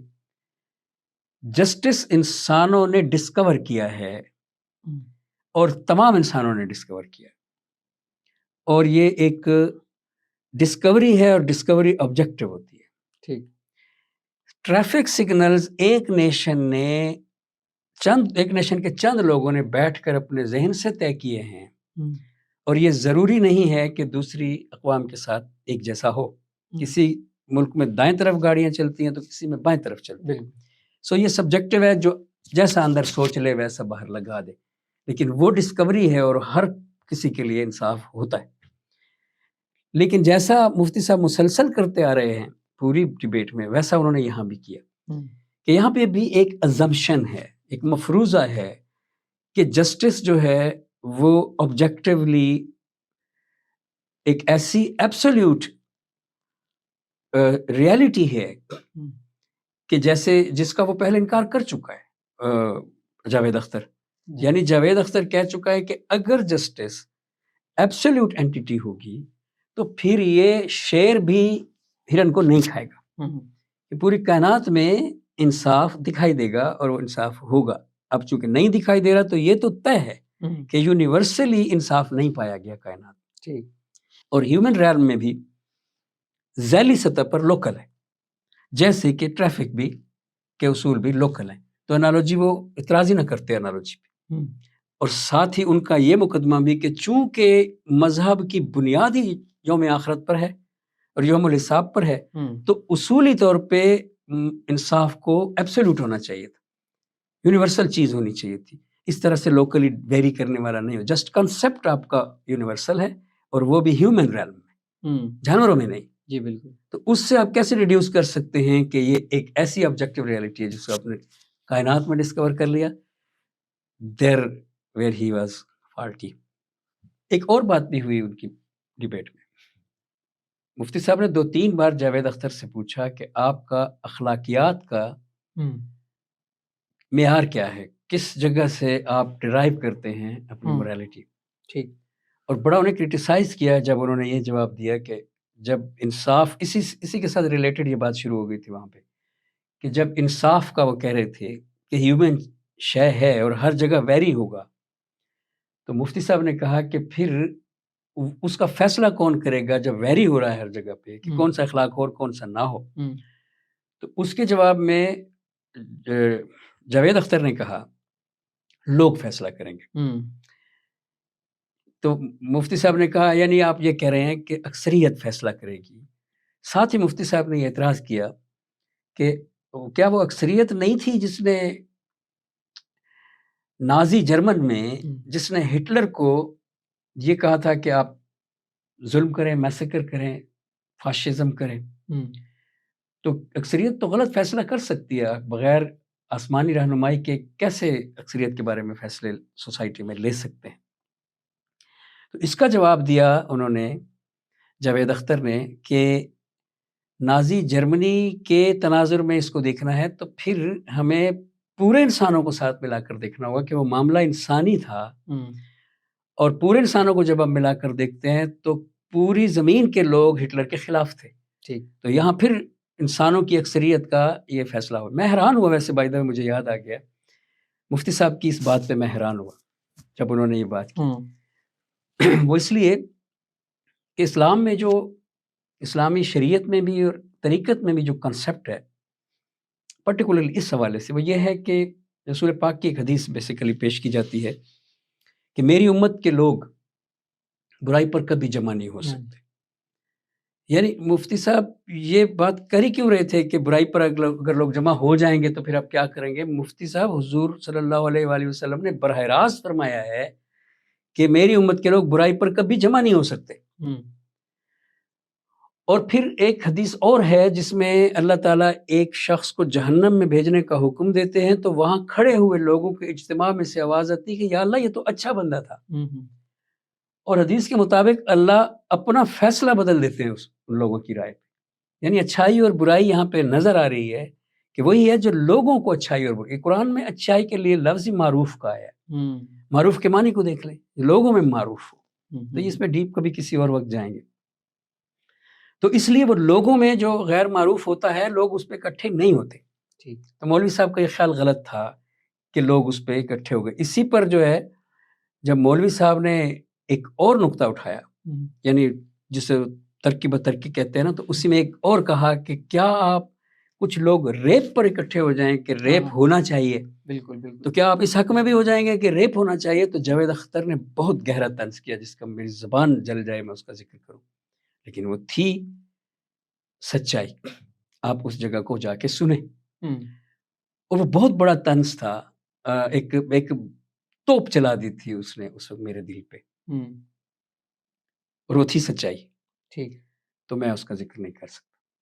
اب وہ طنز کیا اور اس طنز میں یہ جملہ بولا کہ ہاں ہیں لوگ جو ریپ کو کولیکٹیولی جائز قرار دے دیتے ہیں. حالانکہ اس کا غصہ نکالنے کے لیے اس نے یہ جملہ بول دیا, ضرورت نہیں تھی. اس کا جواب یہ تھا ہی نہیں جو کہ لوگ اکٹھے ہو جائیں گے برائی پہ, ریپ پہ, تو آپ ریپ مان لیں گے. اس کو تو اس نے اور طریقے سے کاؤنٹر کیا جاوید نے بعد میں. لیکن یہاں ایک بار اس نے ضروری سمجھا کہ میں ایک بار یہ سیٹائر, یہ طنز کر کے جاؤں گا. ٹھیک. اور اس نے کیا اور اچھا نہیں کیا. مطلب اس بحث میں اس کا کوئی تعلق نہیں بنتا تھا, ذاتی سے طنز کر دیا اس نے. بہرحال تو وہ سوال مولوی صاحب ان سے کرتے رہے کہ جاوید صاحب آپ پھر اخلاق کا سورس کہاں سے لیں گے. تو آپ کیا جمہوریت سے لیں گے؟ اور اگر جمہوریت سے لیں گے تو جمہوریت میں تو لوگ غلط بات پر بھی اکٹھے ہو جاتے ہیں. تو اس کا جواب دے رہا ہوں کہ مولوی صاحب, مفتی صاحب کو یہ جاننا چاہیے کہ اسلامی نقطہ نظر یہ ہے کہ رسول کی امت میں لوگ چونکہ معروف حقیقت کو اچھائی سمجھتے ہیں, تو معروف وہ ہوتا ہی نہیں ہے جس پہ لوگ اکٹھے نہ ہوں اور اس کو اچھائی سمجھ لیا جائے. معروف ہوتا ہی وہ ہے جس پہ لوگ اکٹھے ہو چکے ہوتے ہیں پہلے اور اس کو اچھائی سمجھا جا رہا ہوتا ہے. ٹھیک سو اس کا مطلب یہ ہوگا کہ یہ بات ٹھیک ہے کہ ڈیموکریٹک وے میں جب لوگ ایک اچھائی، ابھی دیکھیں نا چیٹ جی پی ٹی کے بارے میں آلٹ مین نے کیا کہا اس دن اپنی ایک کانفرنس میں، یوٹیوب پہ پڑھا ہے، اس نے کہا میری بنائی ہوئی چیٹ جی پی ٹی ہے، اوپن اے آئی کا مالک، ہمارا الگوریدم ہے، لیکن آپ مجھے آزما کے دیکھ لیں، میں اس کو اگر اب کوئی وائلنس کرنے کو کہتا ہوں کہ مجھے وائلنس کرنے کا طریقہ بتاؤ تو وہ انکار کر دے گی، ایون کہ میرے اکاؤنٹ سے بھی، اور میں الگوریدم میں بھی اگر تبدیلی کرنا چاہوں گا تو ریجیکٹ کر دے گی، مسترد کر دے گی۔ دلیل وہ دیتا ہے کہ ایسا وہ کیوں کرے گی، تو وہ کہتا ہے اس وقت 8 ارب انسانوں میں سے 1/8 یا پتہ نہیں کتنے میں بولتا ہے 10%، مجھے صحیح پتہ یاد نہیں رہا، ان کا ووٹ مل رہا ہے چیٹ جی پی ٹی کو، اور وہ اکثریت انسانوں سے وہ باتیں سیکھ رہی ہے جو سمجھتے ہیں کہ اچھی ہیں، اور وہ سیکھ رہی ہے جو وہ سمجھتے ہیں کہ بری ہے، تو وہ اس ڈیموکریٹک ڈیسیجن کو قائم رکھتی ہے اور میرے ایک بندے کے ڈیسیجن کو اڑا دیتی ہے، مالک کے ڈیسیجن۔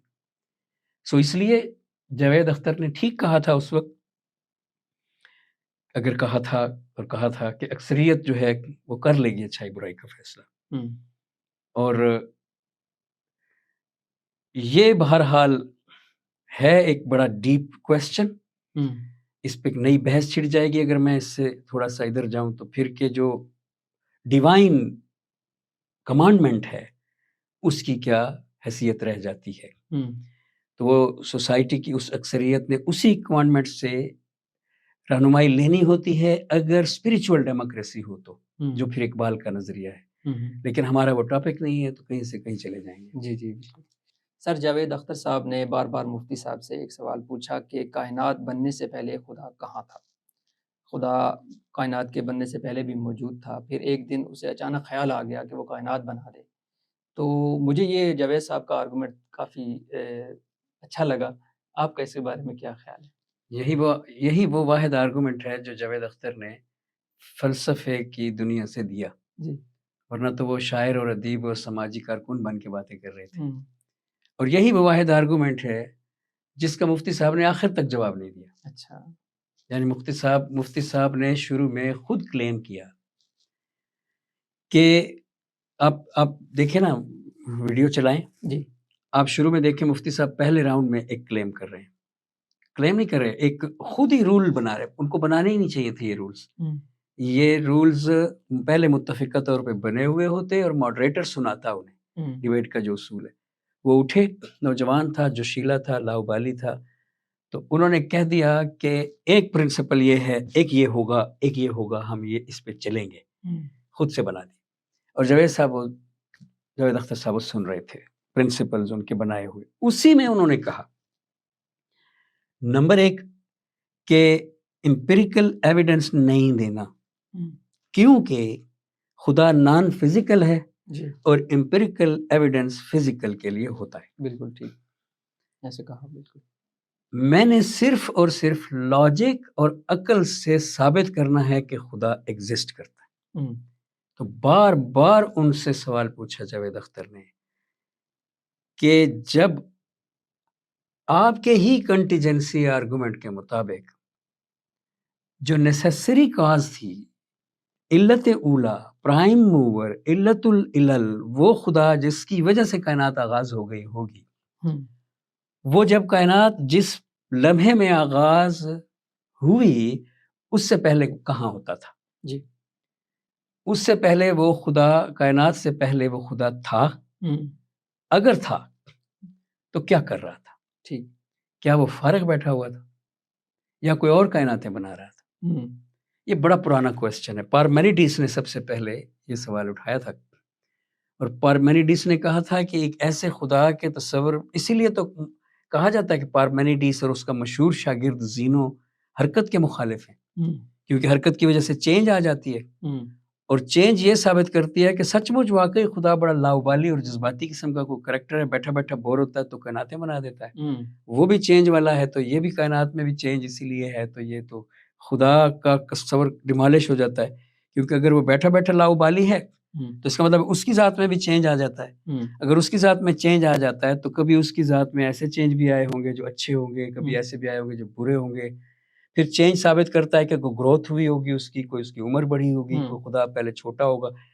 تو فائنلی پارمینیڈیس نے کہا کہ اس طرح کا خدا نہیں ہو سکتا، لہٰذا خدا جو ہے یا ریالٹی جو ہے وہ اموویبل ہے، وہ انچینجبل ہے، وہ سالڈ ہے، وہ رکی ہوئی ہے. اور اس کے شاگرد زینو نے میتھمیٹیکل پیراڈاکس دیے جن میں ثابت بھی کیا کہ موومنٹ پاسبل ہی نہیں ہے.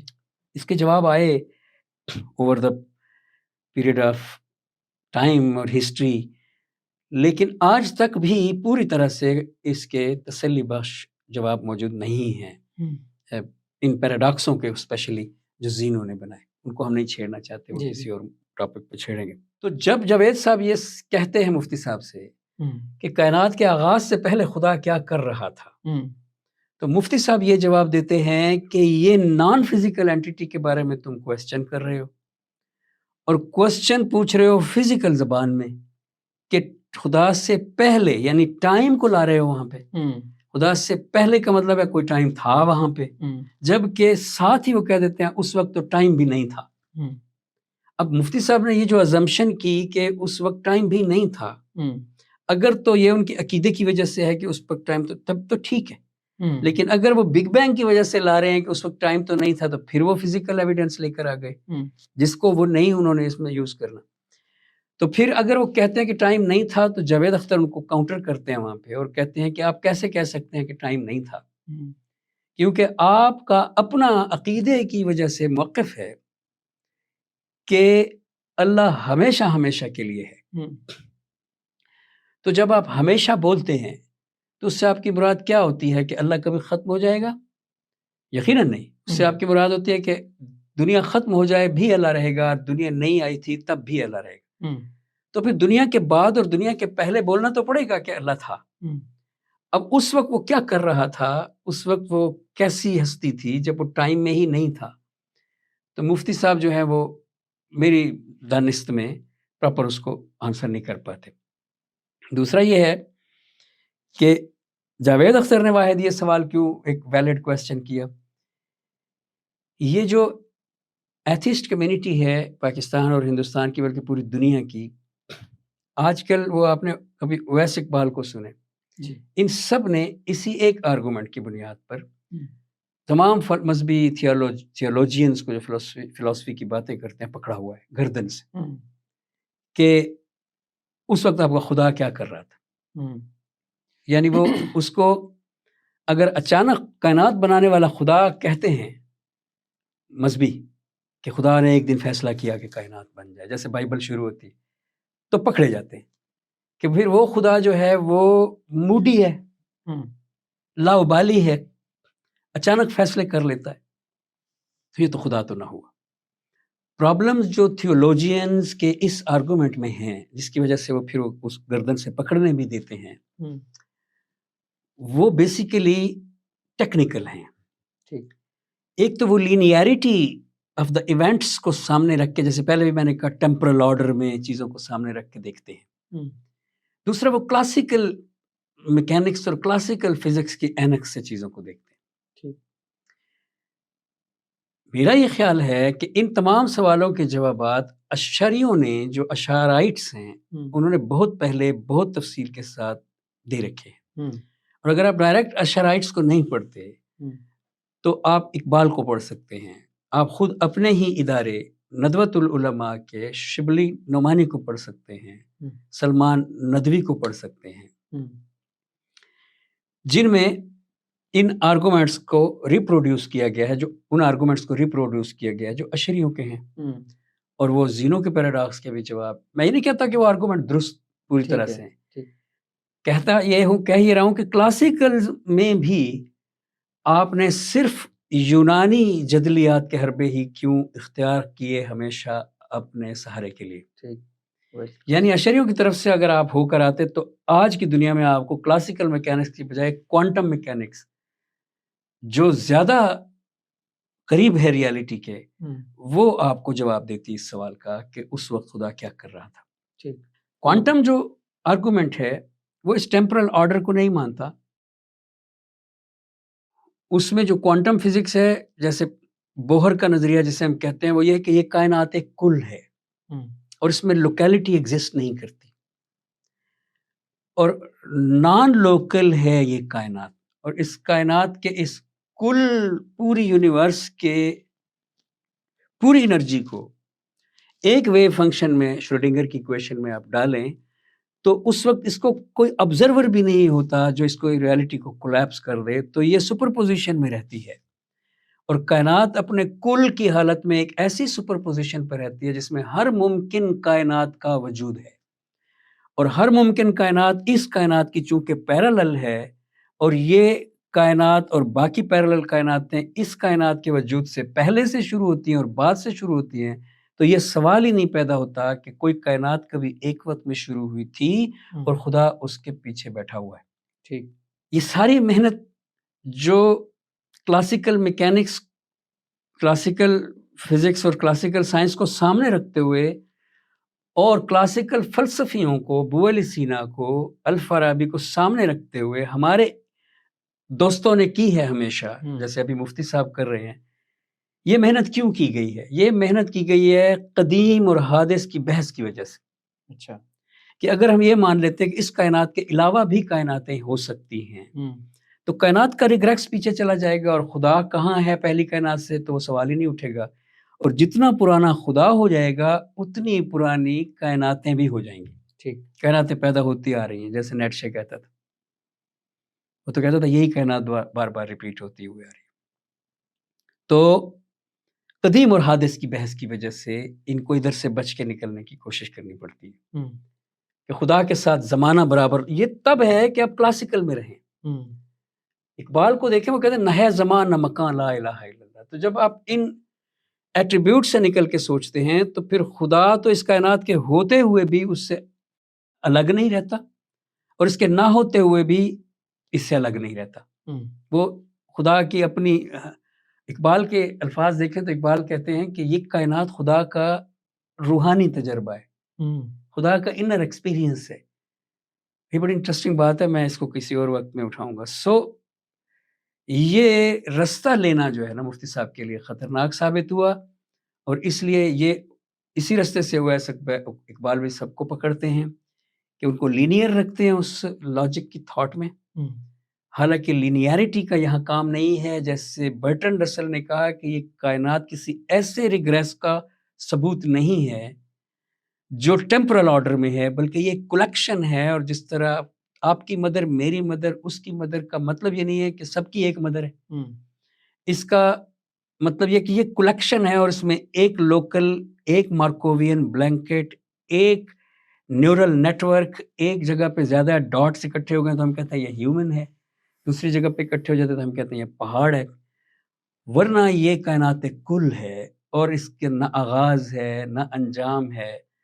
پیرلل ریالٹیز، اس سے پیچھے کائنات، شروع سے کائنات ہے، اس سے خدا کی ہستی پہ کوئی اثر نہیں پڑتا، کیونکہ خدا ان تمام ایٹریبیوٹ سے پاک ہے۔ قرآن کریم ہے سبحان اللہ عما یصفون، نہ ہے زمان نہ مکان لا الہ الا اللہ۔ وہ زمانے میں ہی نہیں ہے، وہ مکان میں ہی نہیں ہے، نہ ہی اس کو زمانے اور مکان کو بطور اپنے ایٹریبیوٹ، اپنی پہچان رکھنے کے لیے کوئی محتاجی ہے۔ ہم اشیاء کو، اقبال کے الفاظ میں بول رہا ہوں، ہم اشیاء کو تقسیم کرتے ہیں زمانے میں، ماضی، حال اور مستقبل میں، ہم انسان صرف، وہ بھی جانور نہیں، تاکہ ہم ان کو نام دے سکیں اور ان کو ایک ٹیمپرل آرڈر میں دیکھ سکیں۔ وہ ان چیزوں کے لیے اس کے لیے خدا نے اپنی مثال کس چیز سے دی ہے؟ انٹرسٹنگ، میرے ذہن میں پوائنٹ آ گیا، نور سے دی ہے۔ بالکل، اللہ نور السماوات والارض۔ ویسے تو اللہ کی مثال کسی شے سے نہیں دی جا سکتی، لیکن نور شے نہیں ہے، نور ماس لیس ہے، ڈائمینشن لیس ہے، اسپیس لیس ہے، ٹائم لیس ہے۔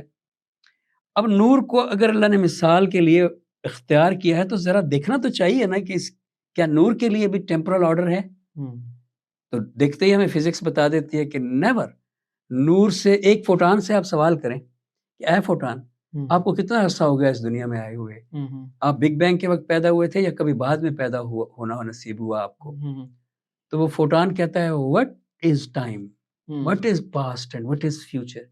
ٹھیک، اور اگر اس سے آپ اسپیس سے پوچھیں کہ اے فوٹان صاحب آپ کہاں پر ہیں، آپ گیلیکسی اینڈرومیڈا میں ہیں یا آپ جو ہے وہ ملکی وے میں ہیں، تو فوٹان کہتا ہے what is space, where is Galaxy that and this. ہوں، میں تو ایک کل میں اپنے آپ کو محسوس کرتا ہوں، میرے لیے ساری اسپیس ایک زیرو اسپیس ہے اور سارا ٹائم ایک زیرو ٹائم ہے.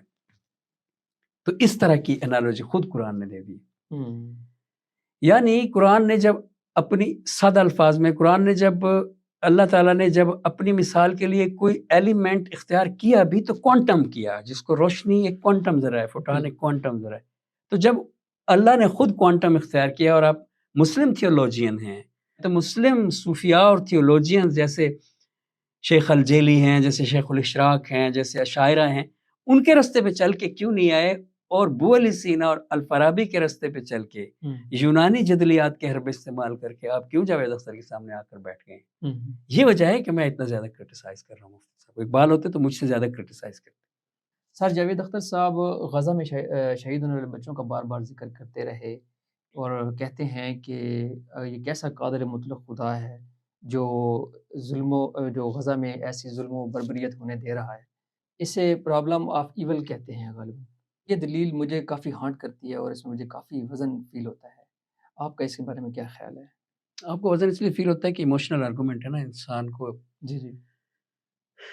انسان تو ایک مینڈک اگر ایک پتھر کے نیچے آ جائے اور نکل نہ سکے، آدھا پھنسا ہوا ہو، اور آپ سڑک سے گزر رہے ہیں اور اس کو دیکھیں تو آپ کیا کریں گے؟ پتھر اٹھا دوں گا اس کے اوپر سے. یہ جو آپ کو چیز ملی ہے، مینڈک کے اوپر سے آپ نے پتھر اٹھا دیا، یہ اس کے اپنے اندر کے کسی تجربے کی وجہ سے اس کے اوپر اطلاق کیا نا آپ نے. جی بالکل ٹھیک کہہ رہے ہیں. یعنی آپ نے بیسیکلی یہ سوچا کہ میں اگر پتھر کے نیچے آیا پڑا ہوتا تو بالکل بالکل سیم. تو آپ نے اپنے آپ کو ایک اینٹیٹی سمجھا، ایک لیونگ، اور اس کو بھی ایک لیونگ اینٹیٹی پوری طرح سے سمجھا، اور اپنے جذبات پر اس کے جذبات کو آپ نے امیجن کیا. ٹھیک. تو یہ جو ایموشنل آرگومنٹ ہوتا ہے، یہ لاجیکل سے زیادہ لاجک سے زیادہ ایموشنز پر اثر ڈالتا ہے سننے والے کی.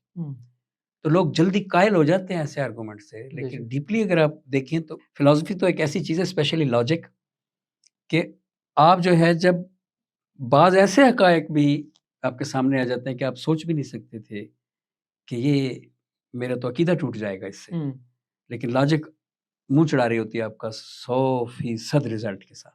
یقیناً آپ کو پھر چینج ہونا پڑتا ہے. لاجک تو ایسی چیز ہے کہ وہ اس میں وہ ظالم ہے، وہ بدل سکتی ہے آپ کو، لیکن یہ ایموشنل لاجک جو ہے یہ اس سے بھی یہ جلتی پہ تیل کا کام کرتا ہے. غزہ میں بچوں کا جو سوال ہے، اس نے پہلے تو جذبات کو چھیڑنا ہے اور بعد میں عقل کو بتانا ہے. حالانکہ اس آرگومنٹ کو کہا، جیسا آپ نے کہا، پرابلم آف ایول کہا جاتا ہے. اس کی بھی ایک ہسٹری ہے، اور اب ٹائم ہم بہت لگا چکے ہیں تو میں سٹیپ بائی سٹیپ آپ کو بتاتا کہ فلاں نے اس میں یہ تبدیلی کی، فلاں. تو میں آخری ماڈرن بتا دیتا ہوں. Modern argument of the problem of evil یہ ہے کہ گاڈ جو ہے وہ آمنی پوٹنٹ ہے، یعنی قادر مطلق ہے، اور وہ آل نوئنگ بھی ہے، یعنی آمنی سائنٹ ہے، یعنی وہ سب جاننے والا ہے، علیم کل ہے. اور پھر برائی موجود ہے، یعنی برائی نہیں، ظلم موجود ہے، ایگزسٹنس میں تکلیف موجود ہے، اور غزہ میں بچے شہید ہو رہے ہیں. تو اس سے کیا ثابت ہوتا ہے؟ اس سے ثابت ہوتا ہے کہ اگر آپ جانتے ہیں کہ یہ برائی ہے، اور ساتھ ہی آپ کے پاس طاقت بھی ہے کہ آپ اسے روک سکتے ہیں، قادر مطلق کے پاس طاقت ہے نا، تو آپ کے پاس طاقت بھی، آپ کے ہاتھ میں طاقت بھی ہے، اور آپ جانتے بھی ہیں، تو انسانی پرسپیکٹیو سے یہ ناممکن ہو جاتا ہے امیجن کرنا کہ ایک طاقتور جانتے ہوئے کہ یہ سامنے آل نوئنگ ہے، کہ یہ سامنے جو پیش آ رہا ہے یہ ظلم ہے، اور نہ روکے کسی بھی مصلحت کے تحت. وہاں جاوید اختر بولتے ہیں نہیں چاہیے ہمیں ایسی مصلحت، کسی بھی مصلحت کے تحت وہ ایسا نہ کرے. تو اس سے کیا ثابت ہوتا ہے کہ نیسسریلی گاڈ کوئی ایول چیز ہے، اس نے ہولڈ کر رکھی ہے آخرت کے لیے ہی صحیح، کہ کل کو آخرت کو انصاف دے دوں گا، پھر بھی ابھی ہولڈ کر رکھی ہے اپنی انصاف کی کرسی، اور تھوڑا ویٹ کرا رکھا ہے ان کو. تو یہ اس کا وہ زمانہ ہے جب وہ ایول انداز میں سوچ رہا ہے. اس کا جو ماڈرن جواب ہے وہ بھی وہی پرانا جواب ہے، لیکن جس طرح آرگومنٹ ماڈرن کیا گیا اس طرح جواب بھی ماڈرن کیا گیا. اور وہی مفتی صاحب نے دیا. ہوں، اور میرے خیال میں یہ واحد وہ مفتی صاحب کا کام ہے جو انہوں نے وہاں پہ کیا، جس کو سراہا جا سکتا ہے کہ انہوں نے یہی جواب دیا جو ہے اس کا، ٹھیک. کہ فری ول. اب یہاں پہ ماڈرن انداز میں اس فری ول کے آرگومنٹ کو دوبارہ سے ہوں، ریکانسٹیٹیوٹ کیا گیا ہے، اور وہ اس طرح سے ہے کہ ناممکن ہے، امپاسبل ہے سچ اے یونیورس جہاں پر کریچرز کو فری ول تو دی گئی ہو ہوں، اور ساتھ ہی انہیں برائی کرنے کا اختیار نہ دیا گیا ہو. ہوں، The creation of such a universe is impossible. ٹھیک ہے. کہ وہاں پہ فری ول تو دی گئی ہو کریچرز کو، ہوں، لیکن ان کو برائی کو چوز کرنے کا اختیار نہ دیا گیا ہو. ہوں، تو یہ تو کنٹریری آرگومنٹ ہو گیا نا. ہوں، یعنی اگر آپ نے کہا کہ آپ نے اس کو فری ول دی ہے ہوں، تو ڈیفینیٹلی اس میں اچھے اور برے کے درمیان چننے کا اختیار لازمی ہونا چاہیے. ٹھیک. اور اگر آپ نے کہا کہ آپ نے اسے فری ول نہیں دی ہے ہوں، تو پھر تو ٹھیک ہے، ہوں، ہوں، پھر اس کے پاس برائی کو چننے کا اختیار نہیں ہونا چاہیے. ہوں، تو اب جو آپ اس آرگومنٹ کو مانیں کہ اس کائنات میں فری ول ہے، یعنی انسانوں کو ایٹ لیسٹ انسانوں کو فری ول دی گئی ہے اس کائنات میں اللہ کی طرف سے، ہوں، تو پھر آپ کو یہ ماننا پڑے گا کہ برائی کو میکنزم کا حصہ رکھا گیا ہے، اور ظلم کرنے والوں کو برائی کا ایجنٹ کہا گیا ہے، ہوں، غبی مبین کہا گیا ہے. اور دوسری صورت ایک اور آپ کے پاس آپشن ہے، آپ یہی مان لیں کہ فری ول نہیں دی گئی، ہوں، اور موسٹ آف دا پیپل اس آرگومنٹ کے قائل ہیں. ٹھیک. سائنٹسٹ اس آرگومنٹ کے قائل ہیں کہ انسان کو فری ول دی ہی نہیں گئی، ہوں، اور انسان جو ہے وہ بے اختیار ہے ٹوٹلی، وہ برائی بھی کر رہا ہے، وہ اچھائی بھی کر رہا ہے، تو وہ ایسی ہی ہے جیسی شیر ہرن کو کھا رہا ہے، ہوں، نہ اس کا قصور نہ اس کا قصور. تو یہ الگ بحث ہو جاتی ہوں، اگر وہ بھی کرتے اور اگر ہم بھی کریں. لیکن اگر آپ نے یہ مان لینا ہے کہ ہے ہمارے پاس فری ول، ہوں، تو پھر وہ آرگومنٹ آپ کا جو آپ پرابلم آف ایول کے ذیل میں پیش کر رہے ہیں وہ آپ کا اڑ جاتا ہے، کیونکہ پھر پاسبل نہیں ہے ایسی یونیورس کی کریشن، پاسبل نہیں ہے. ہوں، دو اپوزٹس کو آپ ایک جگہ جمع کر رہے ہیں، ہوں، تو یہ کنٹراڈکٹری ہے. اور اس لیے فری ول کے ذریعے اس آرگومنٹ کو توڑا جاتا ہے. ہوں، لیکن پھر ایک جدید جو اس میں پرابلم آف ایول کے آرگومنٹ میں چیز کا ایڈیشن ہوا ہے، وہ پھر اس کو اوپر لے کے چلا گیا. اس کو کہتے ہیں the evidence of the proof, ہوں، کہ ٹھیک ہے اگر فری ول جو ہے اس کو آپ نے ٹول بنایا ہے اپنے آپ کو بچانے کا، تو اب ہمیں پھر پروپورشن دیکھنا ہوگا کہ ٹوٹل یونیورس کی کریشن میں اگر 99 پہ کھڑی ہے برائی اور 1 پہ کھڑی ہے اچھائی، اور پھر چننے کا اختیار دے دی گیا فری ول کا، تو یہ تو ویسے ہی بیلنس میں سے اختیار نہیں چننے کا دیا گیا. تو اس لیے جو ایویڈنس آف پروف ہے اس میں لاجیکلی 99% جو ہے وہ اس بات کا ایویڈنس موجود ہے کہ برائی موجود ہے. یعنی برائی میں کہہ دیتا ہوں بار بار، وائلنس الٹرا لیول کا موجود ہے، اور اس لیے وہ 1% کے لیے فری ول دی گئی ہے. تو یہ پروپورشن نہیں ہے. یعنی یوں ہوتا نا کہ 50 اگر فری ول دی گئی ہے برابر کہ اچھائی چنو برائی چنو، تو کائنات میں بھی باہر یوں ہوتا ہے کہ 50 چیزیں اچھی ہوتی چننے کے لیے دستیاب اور 50 بری ہوتی. تو ایویڈنس جو نیا ایویڈنس آف پروف جو نیا اس آرگومنٹ میں ایڈیشن کیا گیا وہ یہ کہتا ہے کہ پروپورشن نہیں ہے، ایک طرف 99 اچھی بری چیزیں اور ایک طرف ایک اچھی چیز. تو اس لیے فری ول جو ہے اس میں اس بیلنس کو، خیر یہ تو فلاسفی کے آرگومنٹ سے چلتے رہتے ہیں، لیکن مفتی صاحب نے یہی جواب دیا کہ اس کا حل ہے فری ول، اور وہ نیتن یاہو کی فری ول ہے جس نے ان بچوں کو مارا، اور ان بچوں کے لیے تو آخرت میں مقام ہے، لیکن یہ اس سے یہ نہیں نکل سکتا کہ خدا ایول ہے. اور یہ میں بڑا میتھمیٹیکلی اسی آرگومنٹ کو لے کے آؤں. مختصر یہ کہ مفتی صاحب نے جتنی بھی ہمت کی ہے خدا کو ثابت کرنے کی، پرسنلی میرا خیال یہ ہے کہ وہ اس میں بری طرح سے ناکام ہوئے. اور میں نے شروع میں بھی کہا کہ ان کو اس روٹ پہ بھی نہیں چڑھنا چاہیے تھا. یعنی اگر انہوں نے جاوید اختر کے ساتھ خدا کے وجود پر بحث کرنی تھی تو جاوید اختر شاعر ہے، اور وہ انر ایکسپیرینس کو سب سے زیادہ سمجھتا ہے.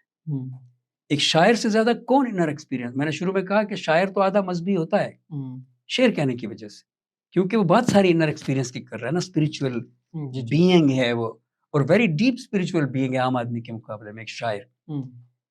تو جاوید اختر کے سامنے تو مفتی صاحب کو آنا ہی گفتگو کے لیے اس آرگومنٹ کے ساتھ چاہیے تھا کہ یہ بھی ایک ایکسپیرینس ہے جیسے سائنسی تجربہ ایک تجربہ ہے، اور چونکہ سائنسی تجربہ بھی آدھے سے زیادہ انر تجربہ ہوتا ہے بیسیکلی، اور یہ سارا ہی انر تجربہ ہے، تو اس بنیاد پہ اس کو ریجیکٹ نہیں کیا جا سکتا. تو جیسی امیڈیسی اس کی ہے ویسی اس کی ہے. تو جو تجربے ہوتے ہیں وہ محسوس کیے جاتے ہیں حواس کے ذریعے یا سینسیشنز کے ذریعے، اور جب محسوس کر لیے جاتے ہیں تو اس کے بعد بتایا جاتا ہے. تو جس طرح ایک سائنسدان ایک تجربہ کرتا ہے اور اس تجربے کے دوران جو اس نے ریزلٹس دیکھے ہیں اور جو اس کی فیلنگز ہیں، اس کے احساسات ہیں، اس کا جو اپنا انپٹ ہے اس میں اس کی ذات کا، وہ غیر سائنسدان کا اس تجربے کے ساتھ نہیں ہوگا. تو ہم کہہ سکتے ہیں سیفلی کہ سائنس کا تجربہ بھی دو انسانوں کے انر ایکسپیرینس کے طور پر بلکہ ایکسٹرنل ایکسپیریمنٹ کے طور پر ڈیفرنٹ ہے. وہ دوسرا جو غیر سائنسدان ہے وہ ایکسٹرنل ایکسپیریمنٹ بھی پرفارم کرے، تو جو ان دا فرسٹ پلیس جس سائنسدان نے ایکسٹرنل ایکسپیریمنٹ پرفارم کیا تھا، کیا وہ اس جیسا ہوگا؟ وہ غیر سائنسدان ہے. تو ڈفرنس ہے دونوں میں کہ جو سائنسی تجربہ بھی اگر غیر سائنسدان کرے گا تو اس کی تفہیم اس حقیقت کی ویسے نہیں ہو پائے گی جیسی وہی سائنسی تجربہ جب سائنسدان کرے گا تو اس کو ہو پائے گی. تو سمجھ میں آ رہا ہے؟ جی. اب آپ کو اس کو انر ایکسپیرینس پہ بھی اپلائی کرنا چاہیے. یعنی ایک شخص جو انر ایکسپیرینس نہیں کرے گا وہ خدا کی تفہیم کے لیے کس طرح سے بات کرے گا؟ لاجیکل. بالکل. کیونکہ جو اس ایکسپیریمنٹ کو نہیں کرتا جو سائنسدان نے خود کیا ہے اور اس کے بینیفٹس کو دیکھنا چاہتا ہے تو کیا کرتا ہے اس کے بارے میں کمپریہنشن لاجیکل. کیونکہ جو ایکچوئل سائنسدان کا تجربہ ہے اس میں صرف لاجک نہیں ہے. اسی طرح سے یہ جو تجربہ کر رہا ہے تو ایک صوفی کا تجربہ ہے، اور مولانا روم نے تو کہا ہے اور اقبال نے یہ بات کوٹ کی ہے خطبات میں، کیا خوبصورت نظم ہے مولانا رومی کی. اس کا یہ شعر مشہور بھی ہے کہ راہ رفتن یک نفس بر بوئے ناف، خوش تر از صد منزل گام اتفاق. ایک ہی ہرن ہے جس کے دو شکاری ہیں. اس نظم میں حکایت ہے، حکایت نہیں ایک بیان ہے. ایک شکاری ہے جو ہرن کے پیروں قدموں کے نشان کیچڑ میں بن جاتے ہیں نا جنگل میں، دیکھتا ہوا اس کو ڈھونڈنے کی کوشش کر رہا ہے. اور دوسرا شکاری ہے اس کی مشک ختن جو ہرن کی ناف میں خوشبو ہوتی ہے اس کو سونگ سونگ کے وہ فضا میں سونگ سونگ کے ڈھونڈتا ہوا ہرن تک جا رہا ہے. تو وہ کہتے ہیں راہ رفتن یک نفس بر بوئے ناف. تو وہ جو خوشبو سونگتا ہوا جا رہا ہے ایک سانس بھی جب وہ اپنے اندر لیتا ہے، خوش طرز صد منزل گام و طواف، تو اس کی وہ ایک سانس اتنی خوش تر ہے، بہتر ہے اس کے 100 قدموں سے، 100 منزل گام و طواف، جو قدموں کے نشان ڈھونڈتے ہوئے جا رہا تھا. اب یہ دونوں کون ہیں؟ شکاری. جو قدموں کے نشان ڈھونڈتے ہوئے جا رہا ہے وہ مولانا رومی کے بقول سائنسدان ہے، اور جو خوشبو کو سونگتے ہوئے جا رہا ہے وہ مولانا رومی کے بقول صوفی ہے. اور اسی بات کو جب اقبال نے ریکنسٹرکشن میں لکھا تو ساتھ یہ جملہ لکھا، A scientist in the act of observation is in fact in the act of prayer. تو اگر سائنسدان آبزرویشن کے وقت اپنے سارے حواس سے خمسہ اور سارے سینسیشن استعمال میں لا کر مشاہدہ کائنات کرتا ہے، اور اس کے مشاہدہ کائنات میں بھی مین حصہ انر ایکسپیرینس کا ہے، ورنہ وہ یہ رنگ اور یہ سائز وغیرہ بھی نہ جانتا ہے، یہ اس کے اندر سے آ رہے ہیں. تو ایسا ہی جیسے وہ مشاہدہ ایک کائنات کرتا ہے ایسے ہی خدا کو دیکھنا بھی مشاہدہ ایک کائنات ہے، اور یہ بھی امپیریکل ایویڈنس کا طلبگار ہے. اور خدا نے خود کہا ہے کہ اس کے لیے امپیریکل ایویڈنس دیکھو. الذین جاہدوا فینا لنہدینہم سبلنا ہی نہیں کہا سنریہم آیاتنا فی الآفاق وفی انفسہم. ہم نے بیان کر دیا ہیں، اپنی نشانیاں کر دی ہیں آفاق میں اور ان کے نفسوں میں. تو لاجیکل آرگومنٹیشن عقل کے ذریعے ثابت نہیں کیا جا سکتا خدا کو. اس پہ ہم سے بڑے لوگوں نے، اگرچہ ٹھیک طریقہ نہیں ہے، اکیڈیمک طریقہ نہیں ہے، لیکن مناظروں کی حد تک تو بول سکتا ہوں، ہم سے بڑے لوگوں نے ان سے گزر کر لیا ہے، وہ اس سے گزر چکے ہیں. خدا کے وجود کو ثابت کرنا ہے تو عقلی دلائل سے نہیں کر سکو گے، اس کو اپنے محسوسات سے. وہ اقبال نے کہا ہے کہ جس طرح سمع و بصر جو ہے حصے ہیں کائنات کے مشاہدے کی، ان کے ساتھ ایک اور حص ایڈ کر دی ہے اللہ نے، فؤاد، اندرونی مشاہدے کی. تینوں مل کر ایکسٹرنل اور انٹرنل مشاہدہ کرتی ہیں، سمع بصر والفؤاد. تو سمع و بصر جو ہے وہ ایکسٹرنل یونیورس کا مشاہدہ کرتی ہیں، اور والفؤاد جو ہے وہ انٹرنل کا، اپنی انر فیلنگز، اپنے سٹیٹ ٹو سٹیٹ چینج ہوتی ہوئی حالتوں میں جا کے ڈھونڈتے ہیں کہ میں تو پل پل بدل رہا ہوں، گہے افتم گہے خیزم گہے خندم گہے گریم، کبھی روتا ہوں، کبھی ہنستا ہوں، کبھی گرتا ہوں، کبھی اٹھتا ہوں. لیکن یہ میرے اندر ایک مسلسل میں کون ہے؟ میں تو بچپن سے بدلتا آ رہا ہوں، لیکن یہ میرے اندر یہ مسلسل ایک میں ہے. یہ میں کون ہے جو کبھی نہیں چینج ہوتی؟ یہ کیسی سٹیٹ آف مائنڈ ہے جو ماورائے نیوران ہے؟ یعنی میری کیفیت غم کی ہے تو نیوران کی وجہ سے، خوشی کی ہے تو نیوران بجلی کے جھل ملاتے ہوئے، گزرتے ہوئے، بند ہوتے ہوئے، جلتے ہوئے بلب ہیں. تو ایک کیفیت ہے جو میں جیسے ہی ہوش سنبھالا میرے ساتھ چلی آ رہی ہے. نہ وہ میری میں کبھی قد میں بڑی ہوتی ہے، نہ چھوٹی ہوتی ہے. نہ وہ میری میں جو ہے اس میں اگر اس کو میں نے موٹا کر لیا ہے تو آلودگی ہے.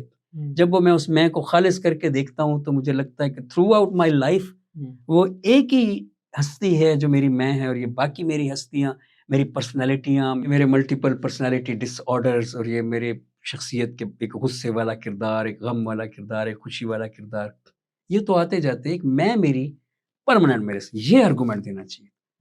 اقبال نے لکھا ہے کہ یہ میں سورہ اخلاص کو پڑھو تو صحیح اور بھی زیادہ سمجھ آ جاتی ہے کہ میرے اندر جو میری میں ہے وہ سورہ اخلاص کے مطابق. تب جا کے پتہ چلتا ہے کہ یہ آرگومنٹ ہے خدا کا، یہ میرے اندر سے نکلے گا.